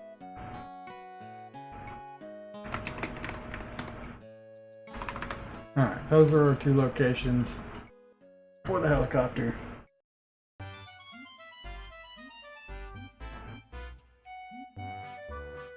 And because I want to start over here, do that again. Forgot what it was already. 2851.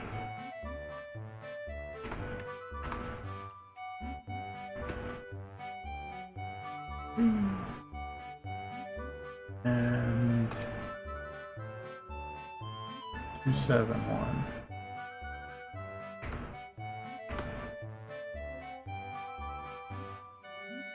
There we go. So this is where it's supposed to start. I might just leave it there on the screen to identify. Alright, cool. So we got it showing up in the right place depending on what this variable is. Honestly, I should have set this to true and false then, huh? Yeah, whatever. Doesn't matter. Okay, step event. Alright, how are we gonna do this?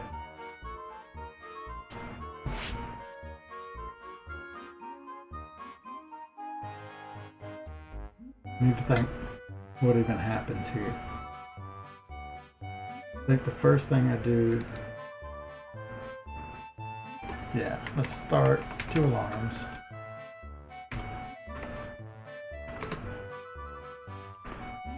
Let's call them 1 and 2. Consistency. This equals, we're just going to do half a second to start with for testing, but it'll be longer than that later probably. Alright, so this is the alarm that tells it to take off basically after a certain amount of time. Alarm 1, alarm 2.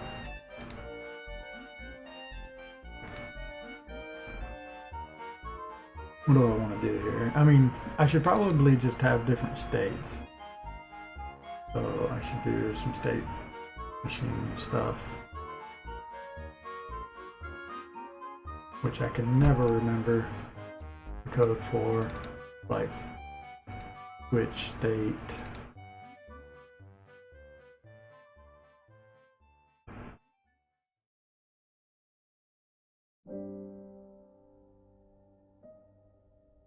There we go.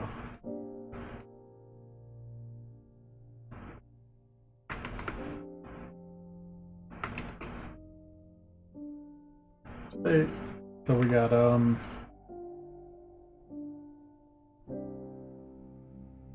what state should we even use? We can call this state oil land? And land. Yeah, that doesn't make any sense. Alright, we'll call it oil land.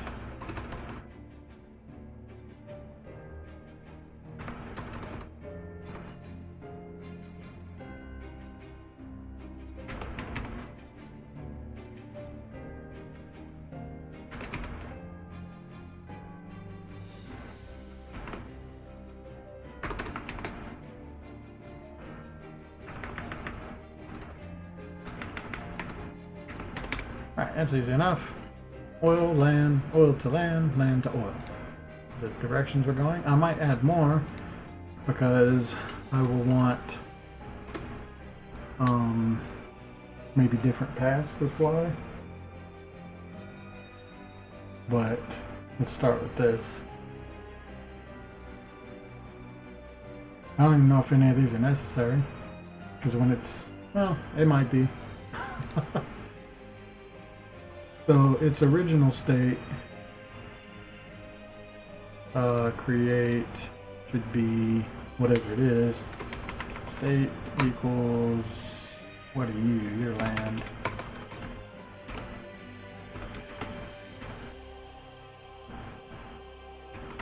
State equal oil. Okay. And then when these alarms go off, it's basically now state equals, yeah, I don't remember. One is the first one, which is land, so it's land oil.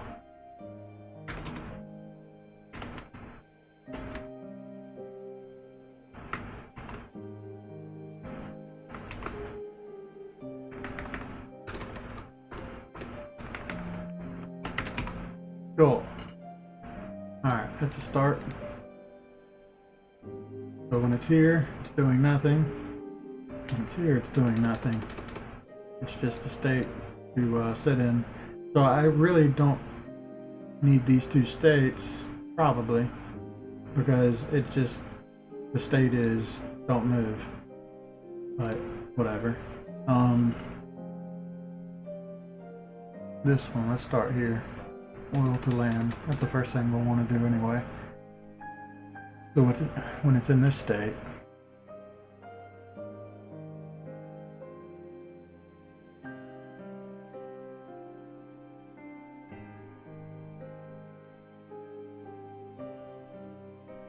this is where the movement happens. I think I'm going to just have it go directly to where it's supposed to be to start with, and then we'll figure out pathing later, probably. So let's just say move towards point.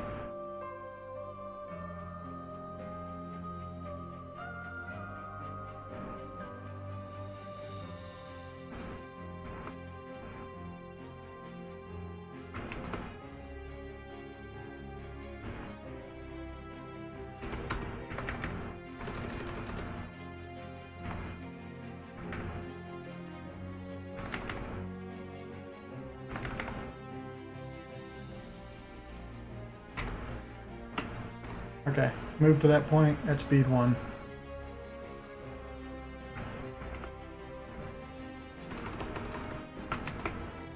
Move to other point, which is 271.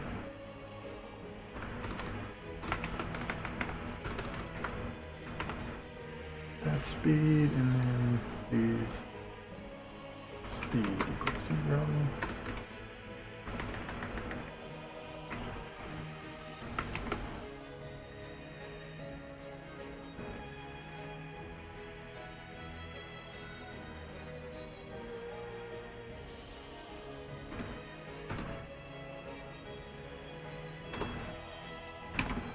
Hit distance to point.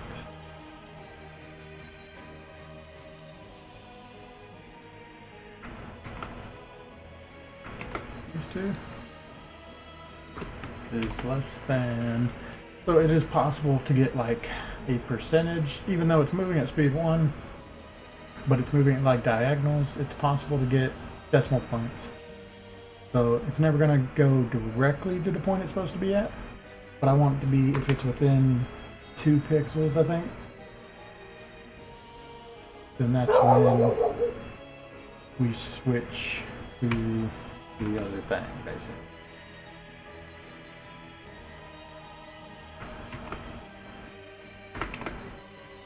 that here.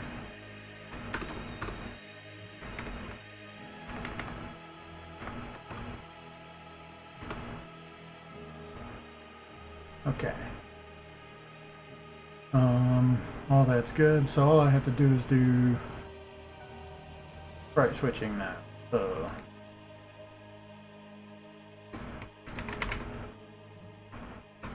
I'll do it above the state switch.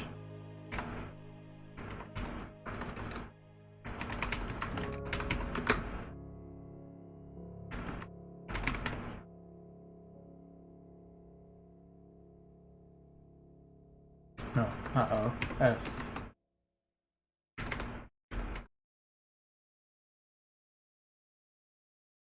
This one.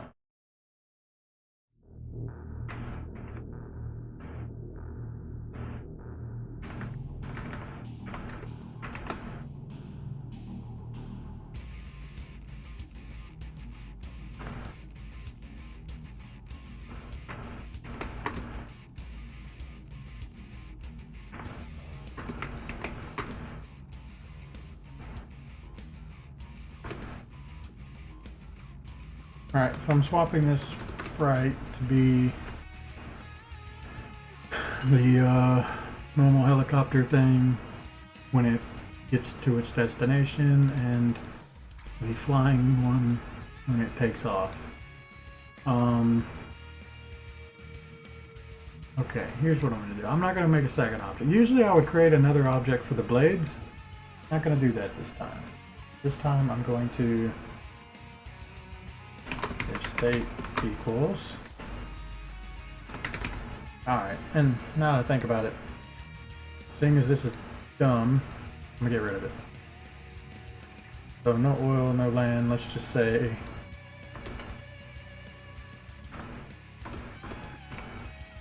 landed?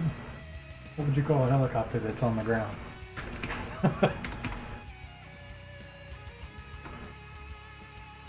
I don't want to say land because I'm using land as a thing and that's kind of confusing. Let's just say, I could just say on the ground, but that's kind of long too. Let's just say landed. Create, so instead of that, we'll say landed, which is two necessary lines.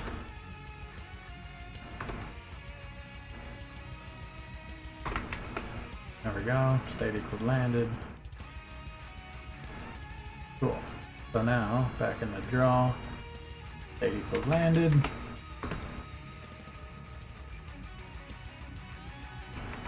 Draw. Oh wait, let's do this part of the code, and then else this part of the code.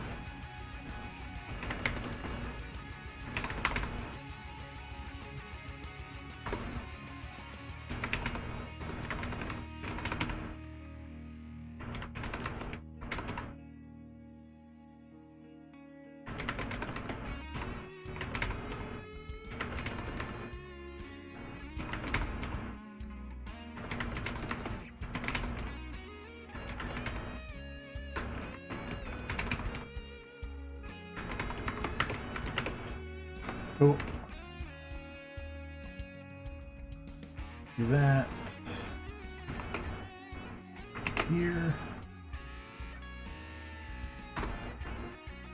This is where I will. So yeah, before I have a problem with making too many objects when I can just draw extra sprites, which is smarter, less intensive, so I should get in the habit of doing this. This is where I will draw the other sprite, which is sprite overworld helicopter blade. Actually, I don't even have to change the image index where it was before. In fact, I could do it this way. I feel like I don't use the draw event efficiently at all. Because I don't even have to change the sprite index. I can just literally do this. And that changes it. As long as it's not landed, it'll be one of these. Or it'll be this. Yeah, let's do that. Why not? It's one less line of code that's going through my step event.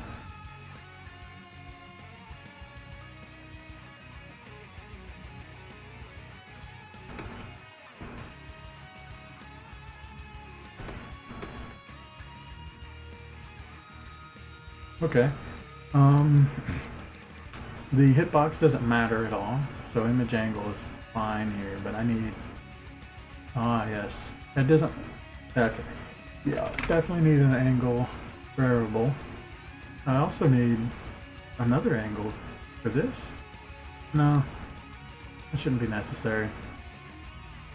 Because this angle can be this one. That's fine. Do angle.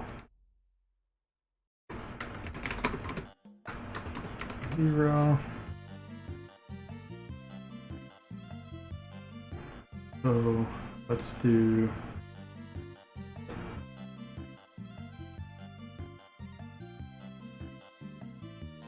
I don't think there's a better way to do this. So I'm just gonna throw it in here. Angle equals plus equals 10, 5. Start with 5 and probably make it more than that later.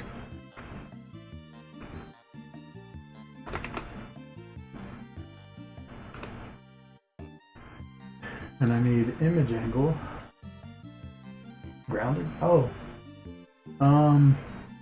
Yeah. Say that. I'm gonna stick with landed.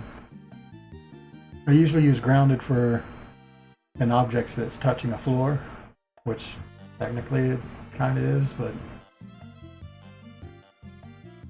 doesn't matter. Okay.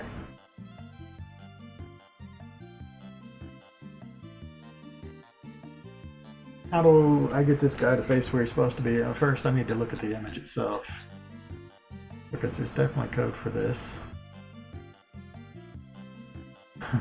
Where's the image itself? First, let's close that and that, because that's too much.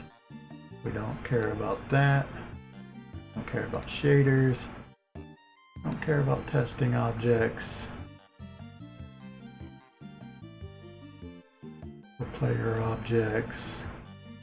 Or map locations. Or enemy. Don't care about any of these backgrounds. There we go. Don't care about that. Alright. This guy. He's facing the wrong way. Great. Oh, that's one reason is the FPS won't be the same. This one's at 30 frames per second. Well, all I gotta do is change this to 8.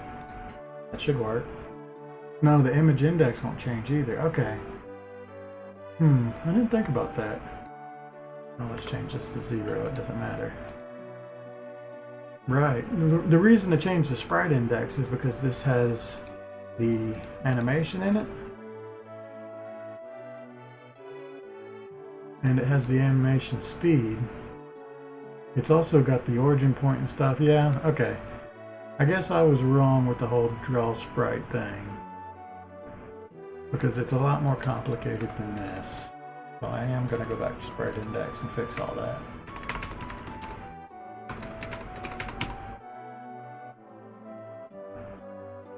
I have this all right. Oh yeah, I never changed it here, did I? Oh good, it was already, it's still in there. I just need to change this back to what it's supposed to be.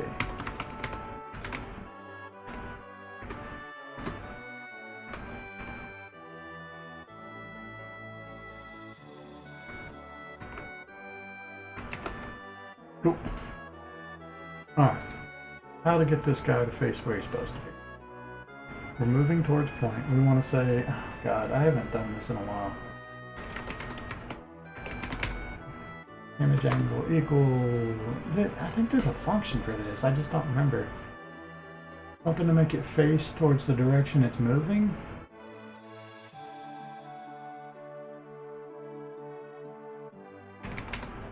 I don't remember what it is though. There's definitely one for that.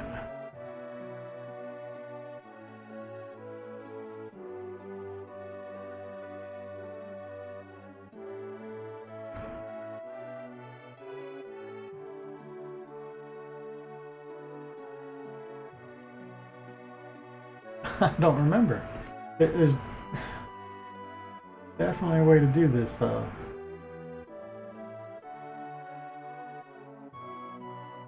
I wonder if I have this written down somewhere. I might.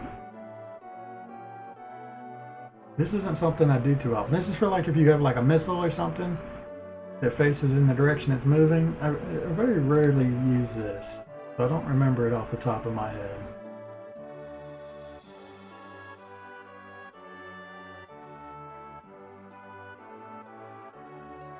Oh, this is unfortunate. I don't remember how to do this.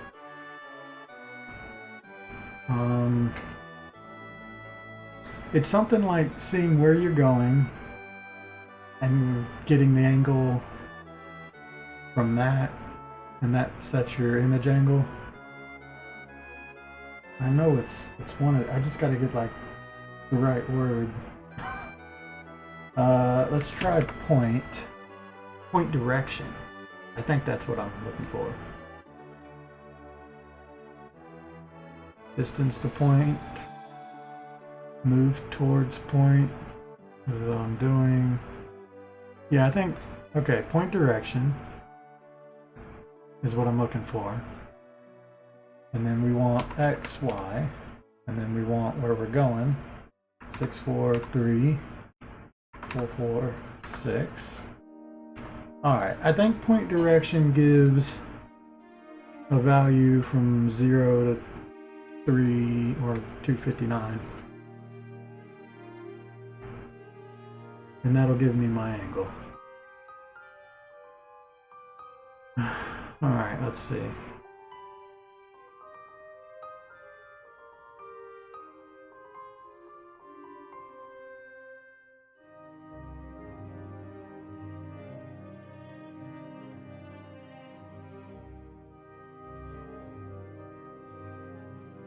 I have no idea. I'm just gonna have to try it.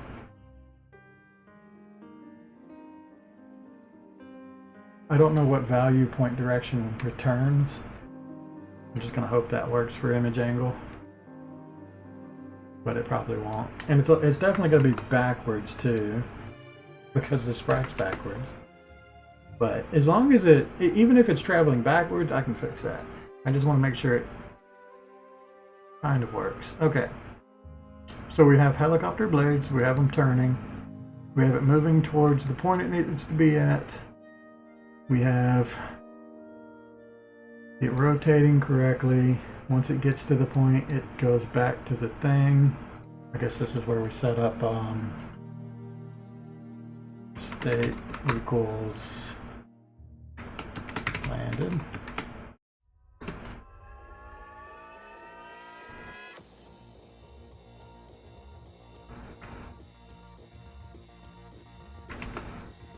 Also, this is where we set up the alarm again.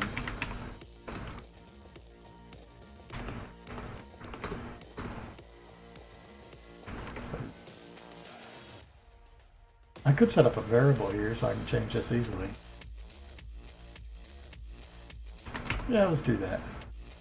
Alarm 1 equals time. That is not a bracket. Fixed. That's not the right type of bracket. That, do that, 2. I don't even know if that's supposed to be alarm 2. Oil to land.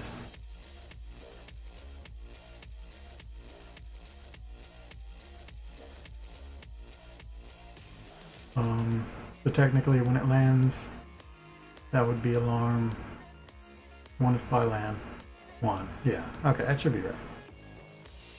Alright, let's go create, let's set,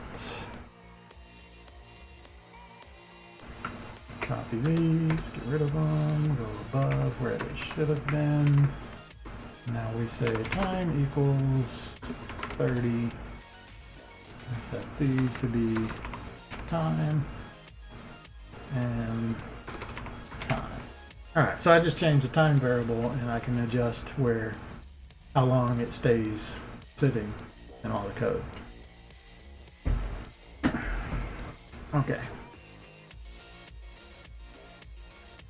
Well, that seems good. That'll turn off, that'll swap the draw to this. Oh, I also need to change the angle back because image angle will be at the wrong spot. So let's do that as well. Image angle equals 0.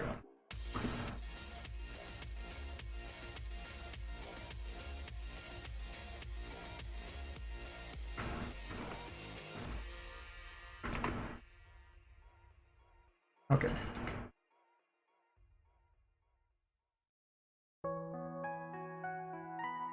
This is wrong. 2851 271. Okay. That should work. I should have a helicopter if I've done everything right. The one thing is,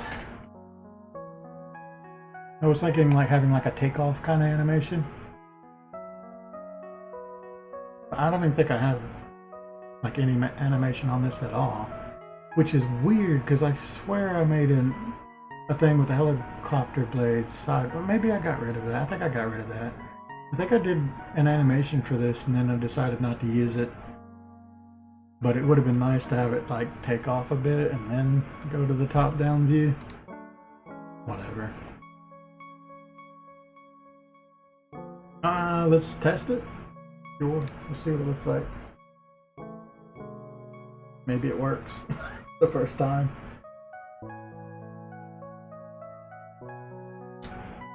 It's already 3:30.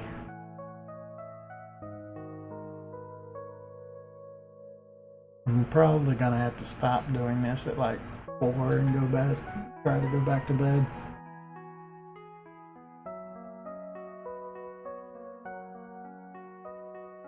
Alright, let's see if he's moving.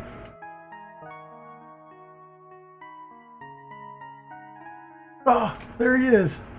Okay, blades are turning the wrong way. He's facing the wrong way, but he is pointing in a direction. Ah, oh, look at that. Ah, it's so cool. It's all wrong, but there it is. Exciting.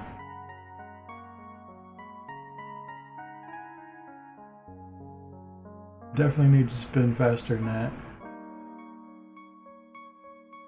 Oh, wow. It landed way fast.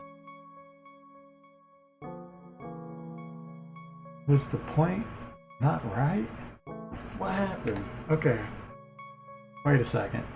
First things first. Let's boost this time to like 2 seconds so I can actually look at it. In fact, let's go even higher than that. Okay, the other thing. Image angle equaling this is not right. We want 180 minus that. I think that'll work. Or plus 180, one of the two.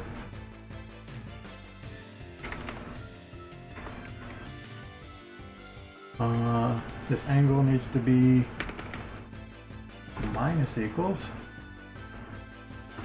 And let's go 10, 10. Test that.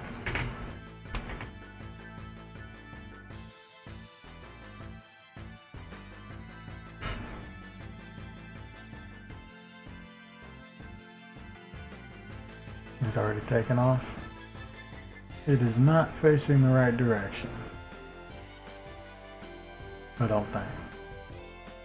And it looks like it's angled up.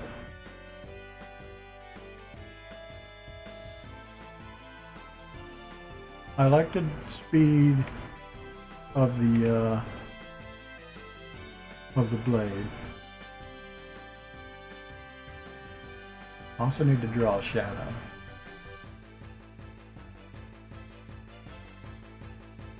The place it landed was way too soon. It seems like way more than 2 pixels. It also took off a lot faster than I thought it would. I think the movement speed is good. I probably want to like increase the movement speed for testing because this takes a long time. I want to get it to land in the correct locations. Okay, I know one thing I can do is when it lands, I just change the X and Y coordinate to be what it's supposed to be. One way to verify it's at the right spot. But it definitely seems like it's shifted to the left a bit on both sides, so that's weird. Maybe that's got something to do with where its origin point is between the two sprites. Alright, first thing I'm going to do, this has gotten too big, so I'm going to spread it out.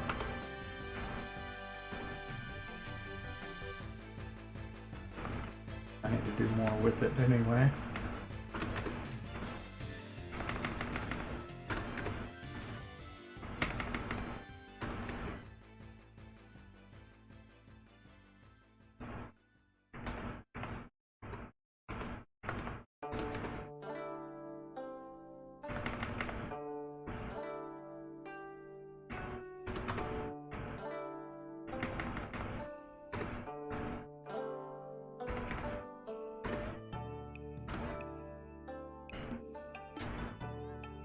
What I should do is have it fly towards the mouse. Then I could definitely test everything. Actually, I'm gonna do that.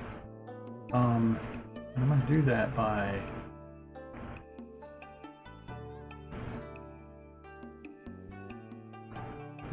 land to oil. Yeah, oil the land. Let's do that. So if I just copy these two, paste them here, comment these out. And then we change this to be mouse X, mouse Y.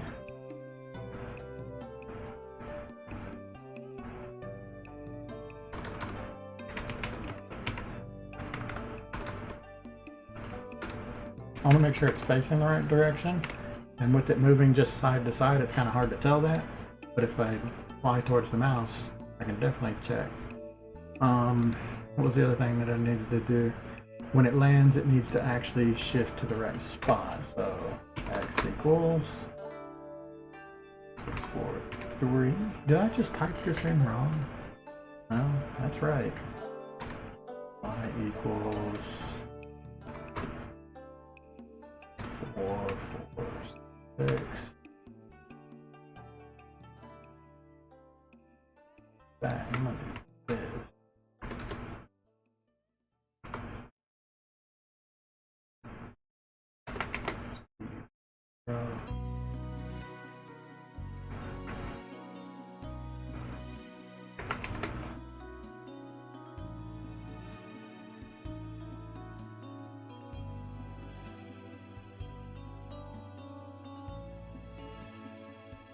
I mean, 2 pixels shouldn't be as drastic as it has been. But maybe I need to change that. 2851 71.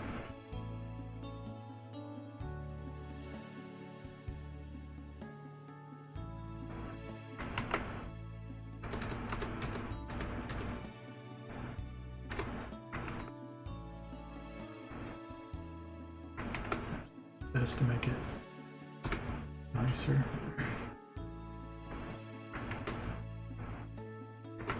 I like doing the state at the bottom when I can. No, I don't think it changes anything. No, it doesn't, because it'll complete the code. Doesn't matter, but it just looks cleaner, in my opinion. And it's good to stay consistent more than make logical sense in my head. Oh, that's a problem. Instead of alarm 1, this is supposed to be alarm 2. Oh, that's something I copied, so that's why it's a problem. Alright. That should be good. Was there anything else I was going to change? It was just that, right? Yeah. Let's test it again. So it should fly towards my mouse.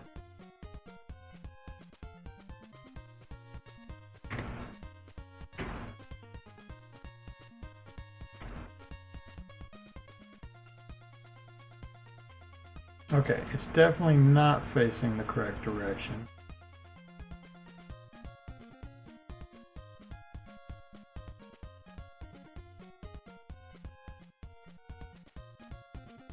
Totally confused as to what's going on with this whole move to point thing. Huh. Like, I don't even know how to fix it. So here it is flying in the right direction. Here it's flying in the right direction, but here it's not, here it's not. Okay, so the up and down is wrong, but the other ones are correct.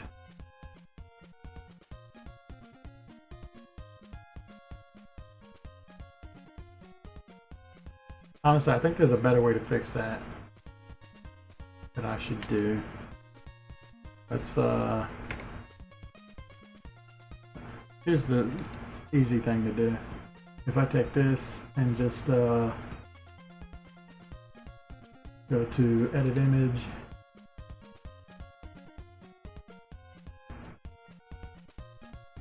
there's a way to rotate it.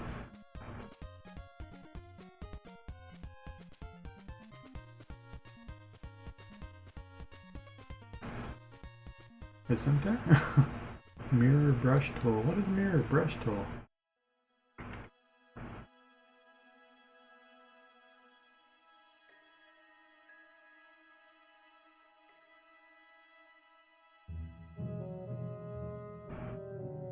I'm pretty sure there's a way to flip rotate. Oh, there we go. Image. Mirror. Or flip.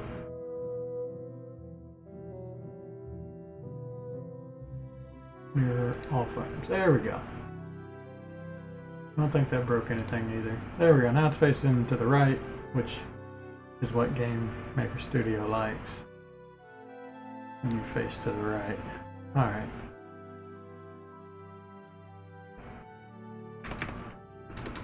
Get rid of that part. That part. Let's see if it works.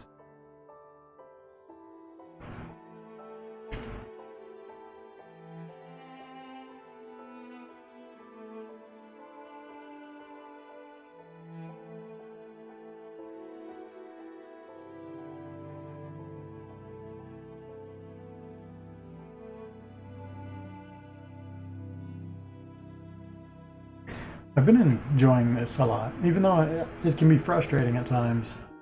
I love the like puzzle nature of programming. Actually, a lot of fun. All right, pointing in the correct direction now. Look how well that worked. Okay, one thing that's wrong is the origin point isn't where it's supposed to be anymore because I flipped it and didn't change it. So you see why it's like turning at the tail instead of where the blade's supposed to be. I need to fix that. Do that, and then we'll see if it lands correctly. Go here. This needs to be here.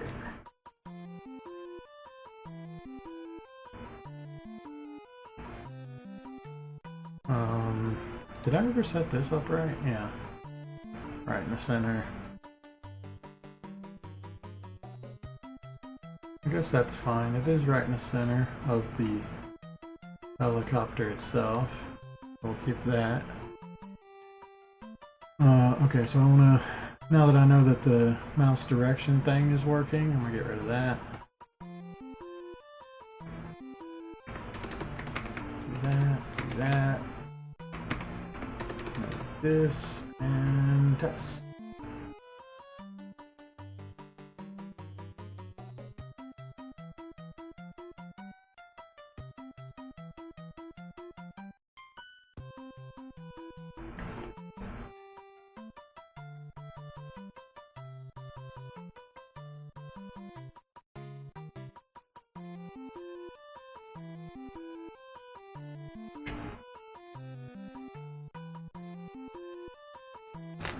Okay.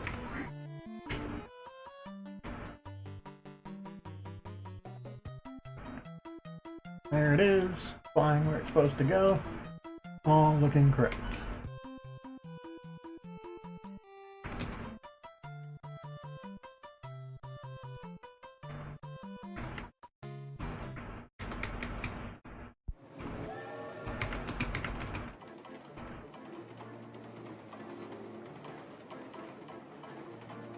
feel like I should make this image a little smaller, the vertical one.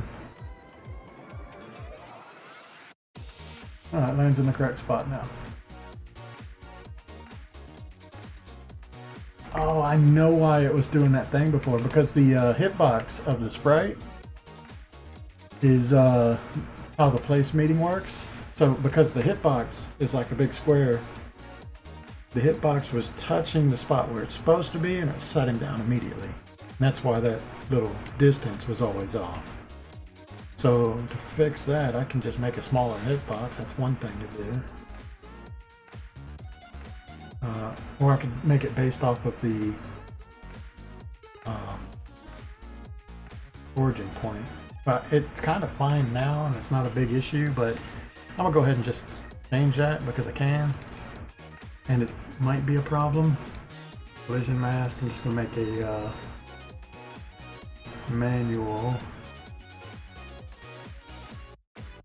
And this actually solves the issue I was having with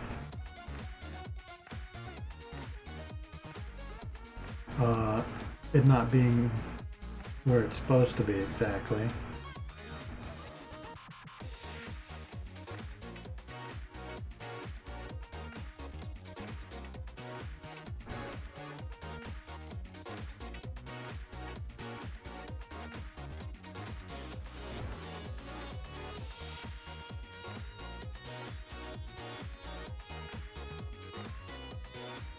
Cool. That'll make it be a little more precise without having to do anything really. Okay.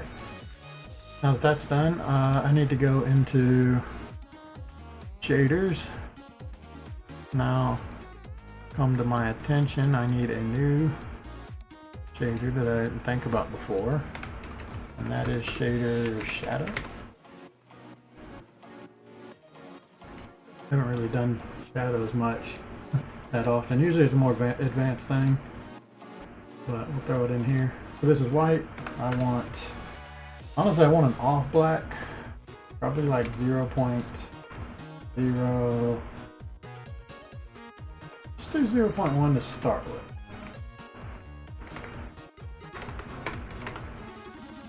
It might be a little too much in one direction. Okay, that's fine. So here's what I want to do. Helicopter draw. Here we go. I can never remember this code, so I gotta copy paste it. Where is it? Testing. Shader test. This part. It's not that complicated. Shader set, shader reset. That's really all it is. I just gotta remember those two. Shader set, shader reset. So what's happening here is this is the image where I'm drawing the top-down view.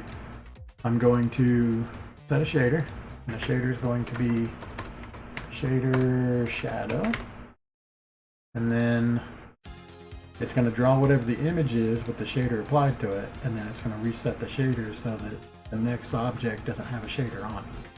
So it's only going to shade this one, and what I want to do is take everything that I just did there, copy it, apply it here. So I'm making, basically I'm drawing two of the same thing, but the kicker here is this guy is going to be at minus, I don't know, 100? Does that sound good? And then plus 100.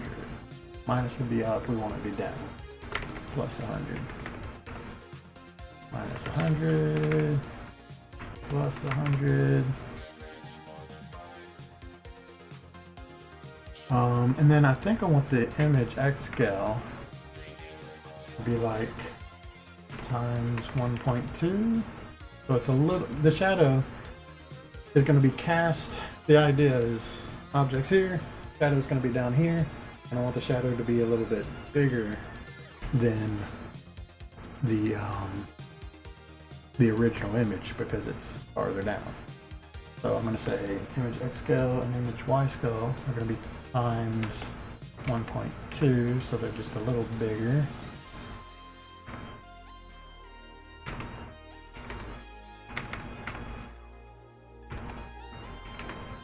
Okay. And then we're going to do image alpha times, let's try 0.5, so it's at half the alpha, so you can see through it basically. Alright, and we test that. So that should create a shadow that is over top of everything. It'll even be over top of the player, as long as this object's over top of the player, which it should be. I'm going to do the same thing as this for the clouds and the birds, but they have shadows too, and it makes it look like they're up in the air. Once I figure out this distance and everything, and just copy it, it'll be nice and easy.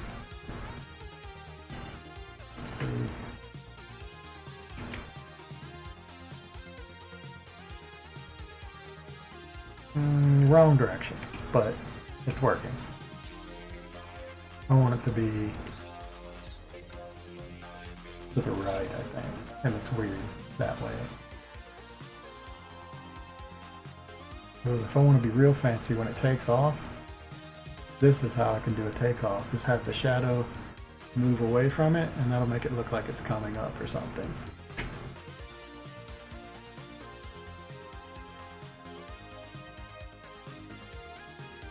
Alright, if the shadow went down there, that would look really cool.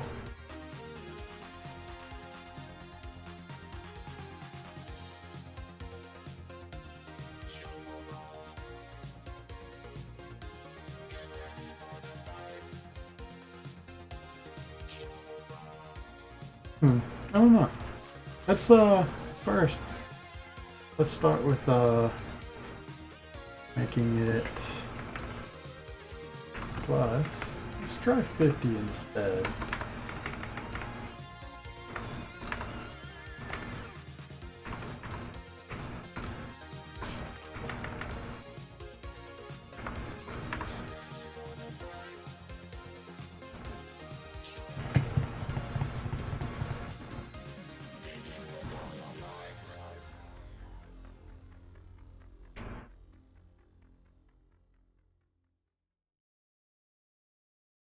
That looks better.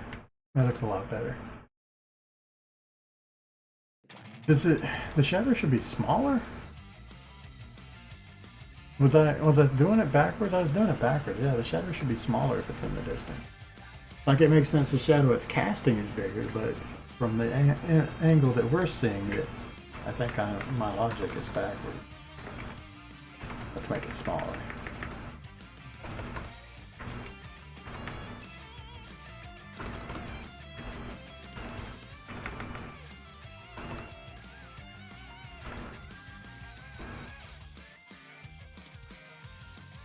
I think that 0.5 looks pretty good.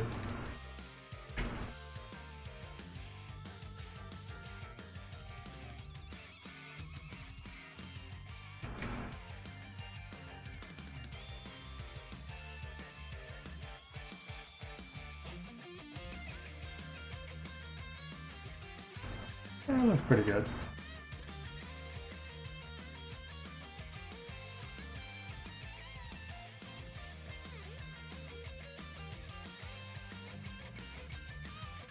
There's no displacement on the shadow, but that's too much.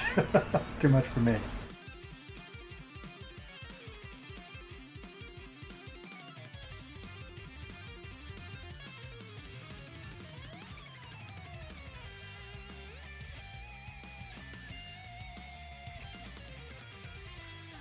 It would be cool to like move the shadow into the helicopter as it comes closer to the point that it's supposed to be landing at. How hard would that be to accomplish?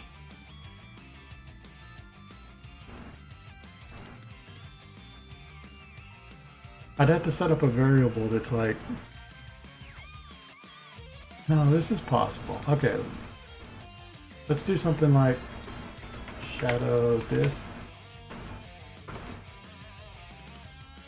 equals 0. Alright, so the way this is going to work in my head,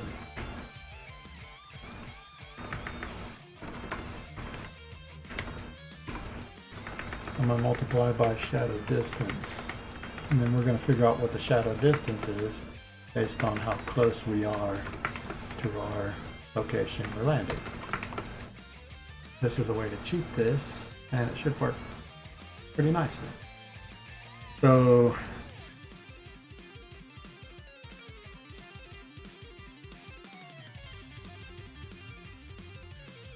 I guess it's in here. It's the best place to put it. Shadow this equals clamp distance to this.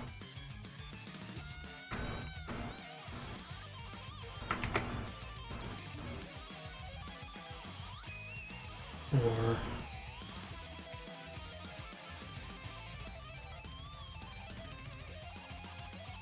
I did this wrong, by the way. Yes, I did. I did it in the wrong spot. I don't know what the hell I was thinking. Let me fix that real quick. Yeah. Control F. This is find and replace. Double click this. I've just learned that that's how smart people do programming. And then replace it with 0.8. And replace.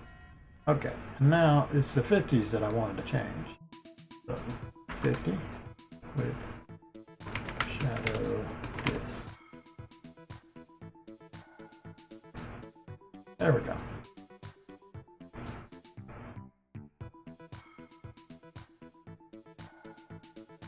I could change the image X scale and Y scale as well, but nah, it's too much. Alright. So shadow dis equals clamp, distance to point, but it can never go higher than 50 basically. So as it goes lower than 50, that shadow should move closer to our point, and then once it stops trolling it, it doesn't matter. And that should just work right. Like, wow, I just made that up, and I think it'll work. That's awesome. I love it when I do stuff like that. It's like a brand new problem that I've never had to do before, and I just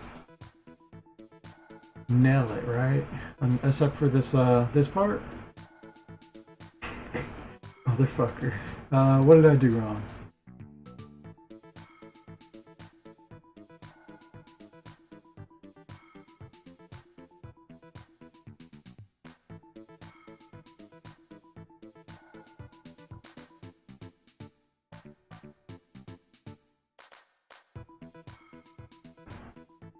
Is distance to point not doing what I want it to do? It says no, something's missing.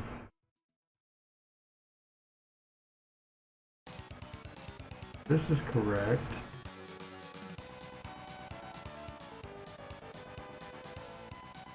What is wrong with this statement? That's a semicolon. Right, and that's closed, and that's closed. Distance to point should be a value.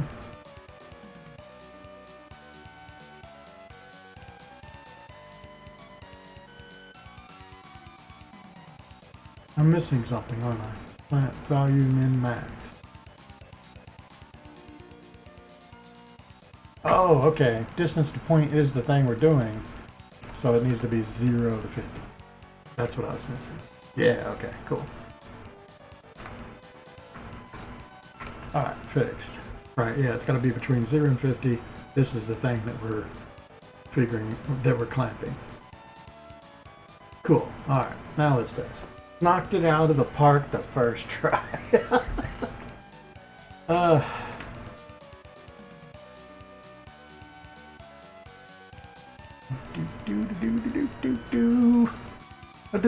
Now we gotta wait for it to get there.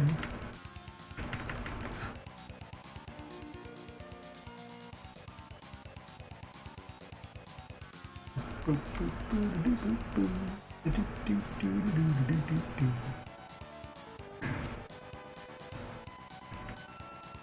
know, I never put lights on the helicopter. I might do something to where it doesn't fly at night, which shouldn't be too hard to do.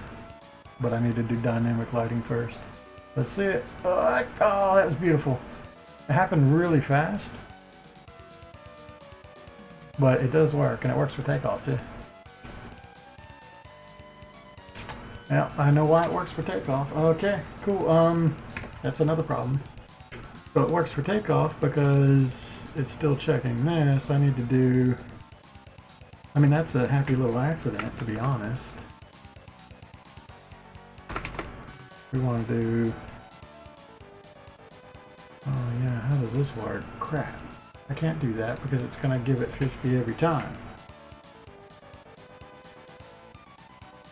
Okay, this is possible. Let me just think about it.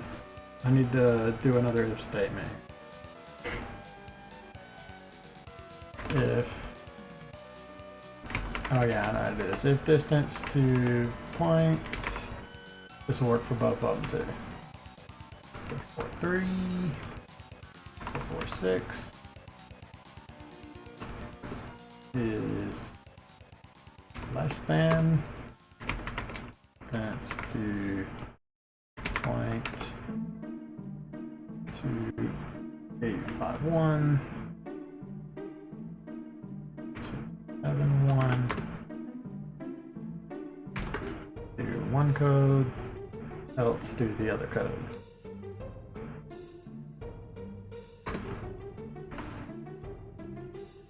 Probably split this up because it's going to get really long.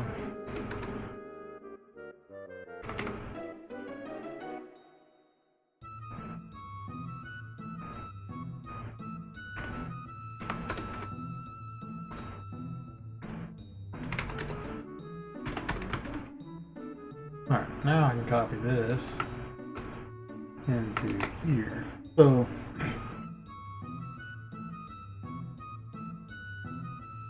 I don't know if this is the correct way, but I want to say if you're coming up on one point,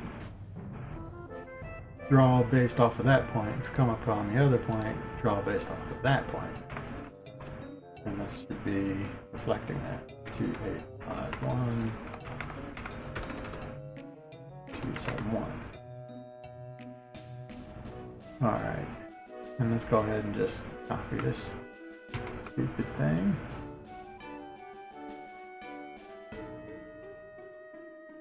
I never did it that. Oh, I did it right here. This should work for both of them. If I did it right. Which I probably didn't. Let's see. I should have increased the speed for testing. Too late, I've already started the game. So we'll wait.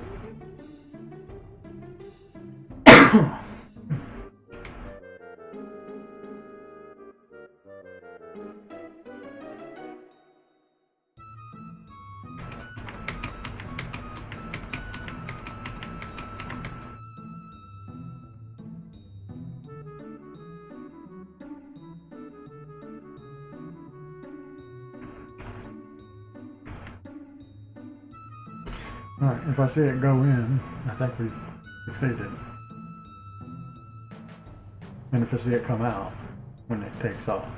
Yep, that worked. And the other way, that worked. Okay. I could see it land on the other side just to make 100% sure, but it should work. But I'm gonna go ahead and watch, because I don't trust it. And if I don't do it, I'm gonna notice it like after I finish the game and be like, fuck. That's my fear.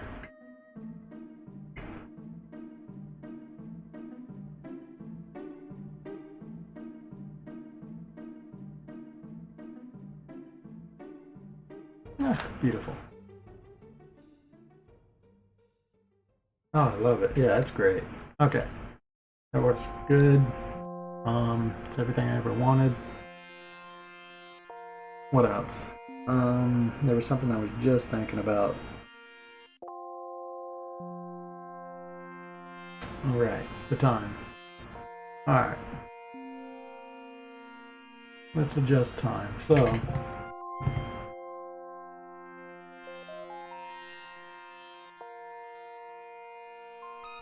let's do an iRandom range.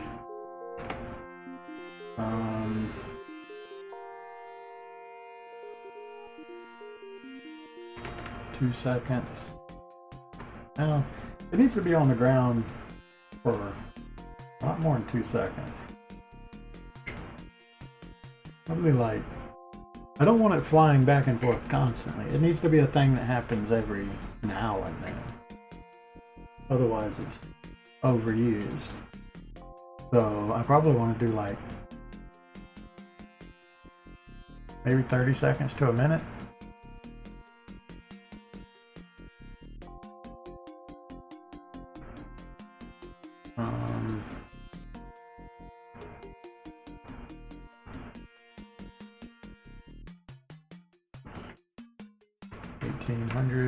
To 36.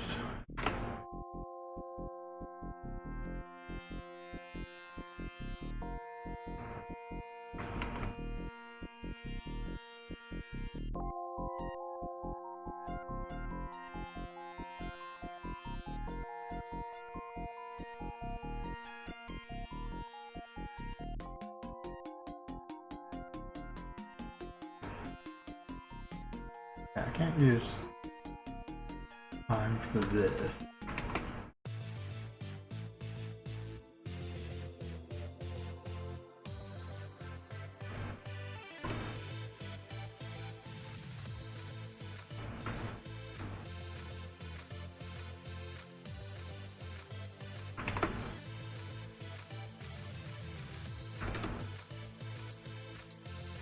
Because I want it to have a new time every time it lands. If you're on the screen that long, you probably won't ever be on the screen that long, but just in case.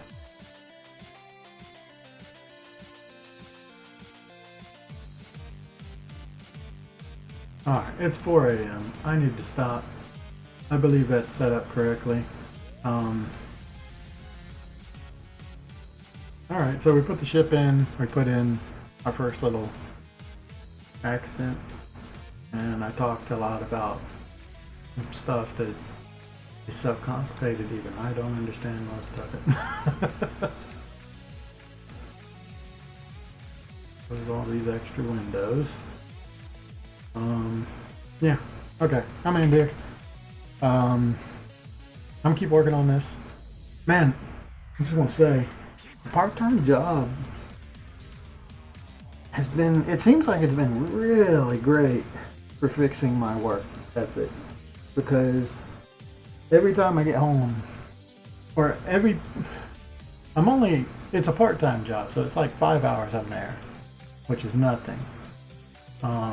But it's like every hour I'm there, I'm like, if I want to stop doing this, I've got to finish a game and make money off of it, right? So right when I get home, I'm like, okay, let's start working on it. After I eat, of course. And that is I don't want to say motivation, but that's better. I mean, it is kind of a motivator.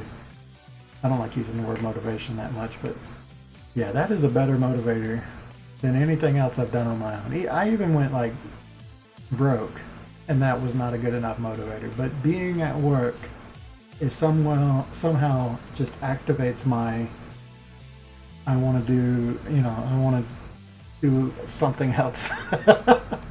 That gland, whatever it is, that's what it takes, is just having, I think even if I had like $1 million, or I had all the money in the world, I would probably still need the part-time job to get myself working. I mean, I've already kind of proven how that works. That's just the kind of person I am. Which is funny, but I mean, it seems to be working pretty well. I don't think I'll ever get to a point where I'm just like happy with my part-time job, where I accept it. And it completely takes off the pressure of like trying to do this as a job and feeling like I'm failing at it, because at least I've got that to where I'm not failing as an adult. Is how I feel in my head, even though it's illogical and ridiculous in some senses. It's just how my brain works. So just having that, I can always say, well, at least I'm adulting in some way, even if I didn't work on this. And I don't know, once I drop that pressure, it's like, okay, I'm good. I don't know. It seems to be working pretty well. Yeah, most days I'm working on this. I'm pretty happy with it. I feel a lot better. I guess it helps that I get to like interact with other people every day too. Alright, either way, I'm gonna stop rambling. I'm gonna end this episode here. This stream session. I suck at ending. Later.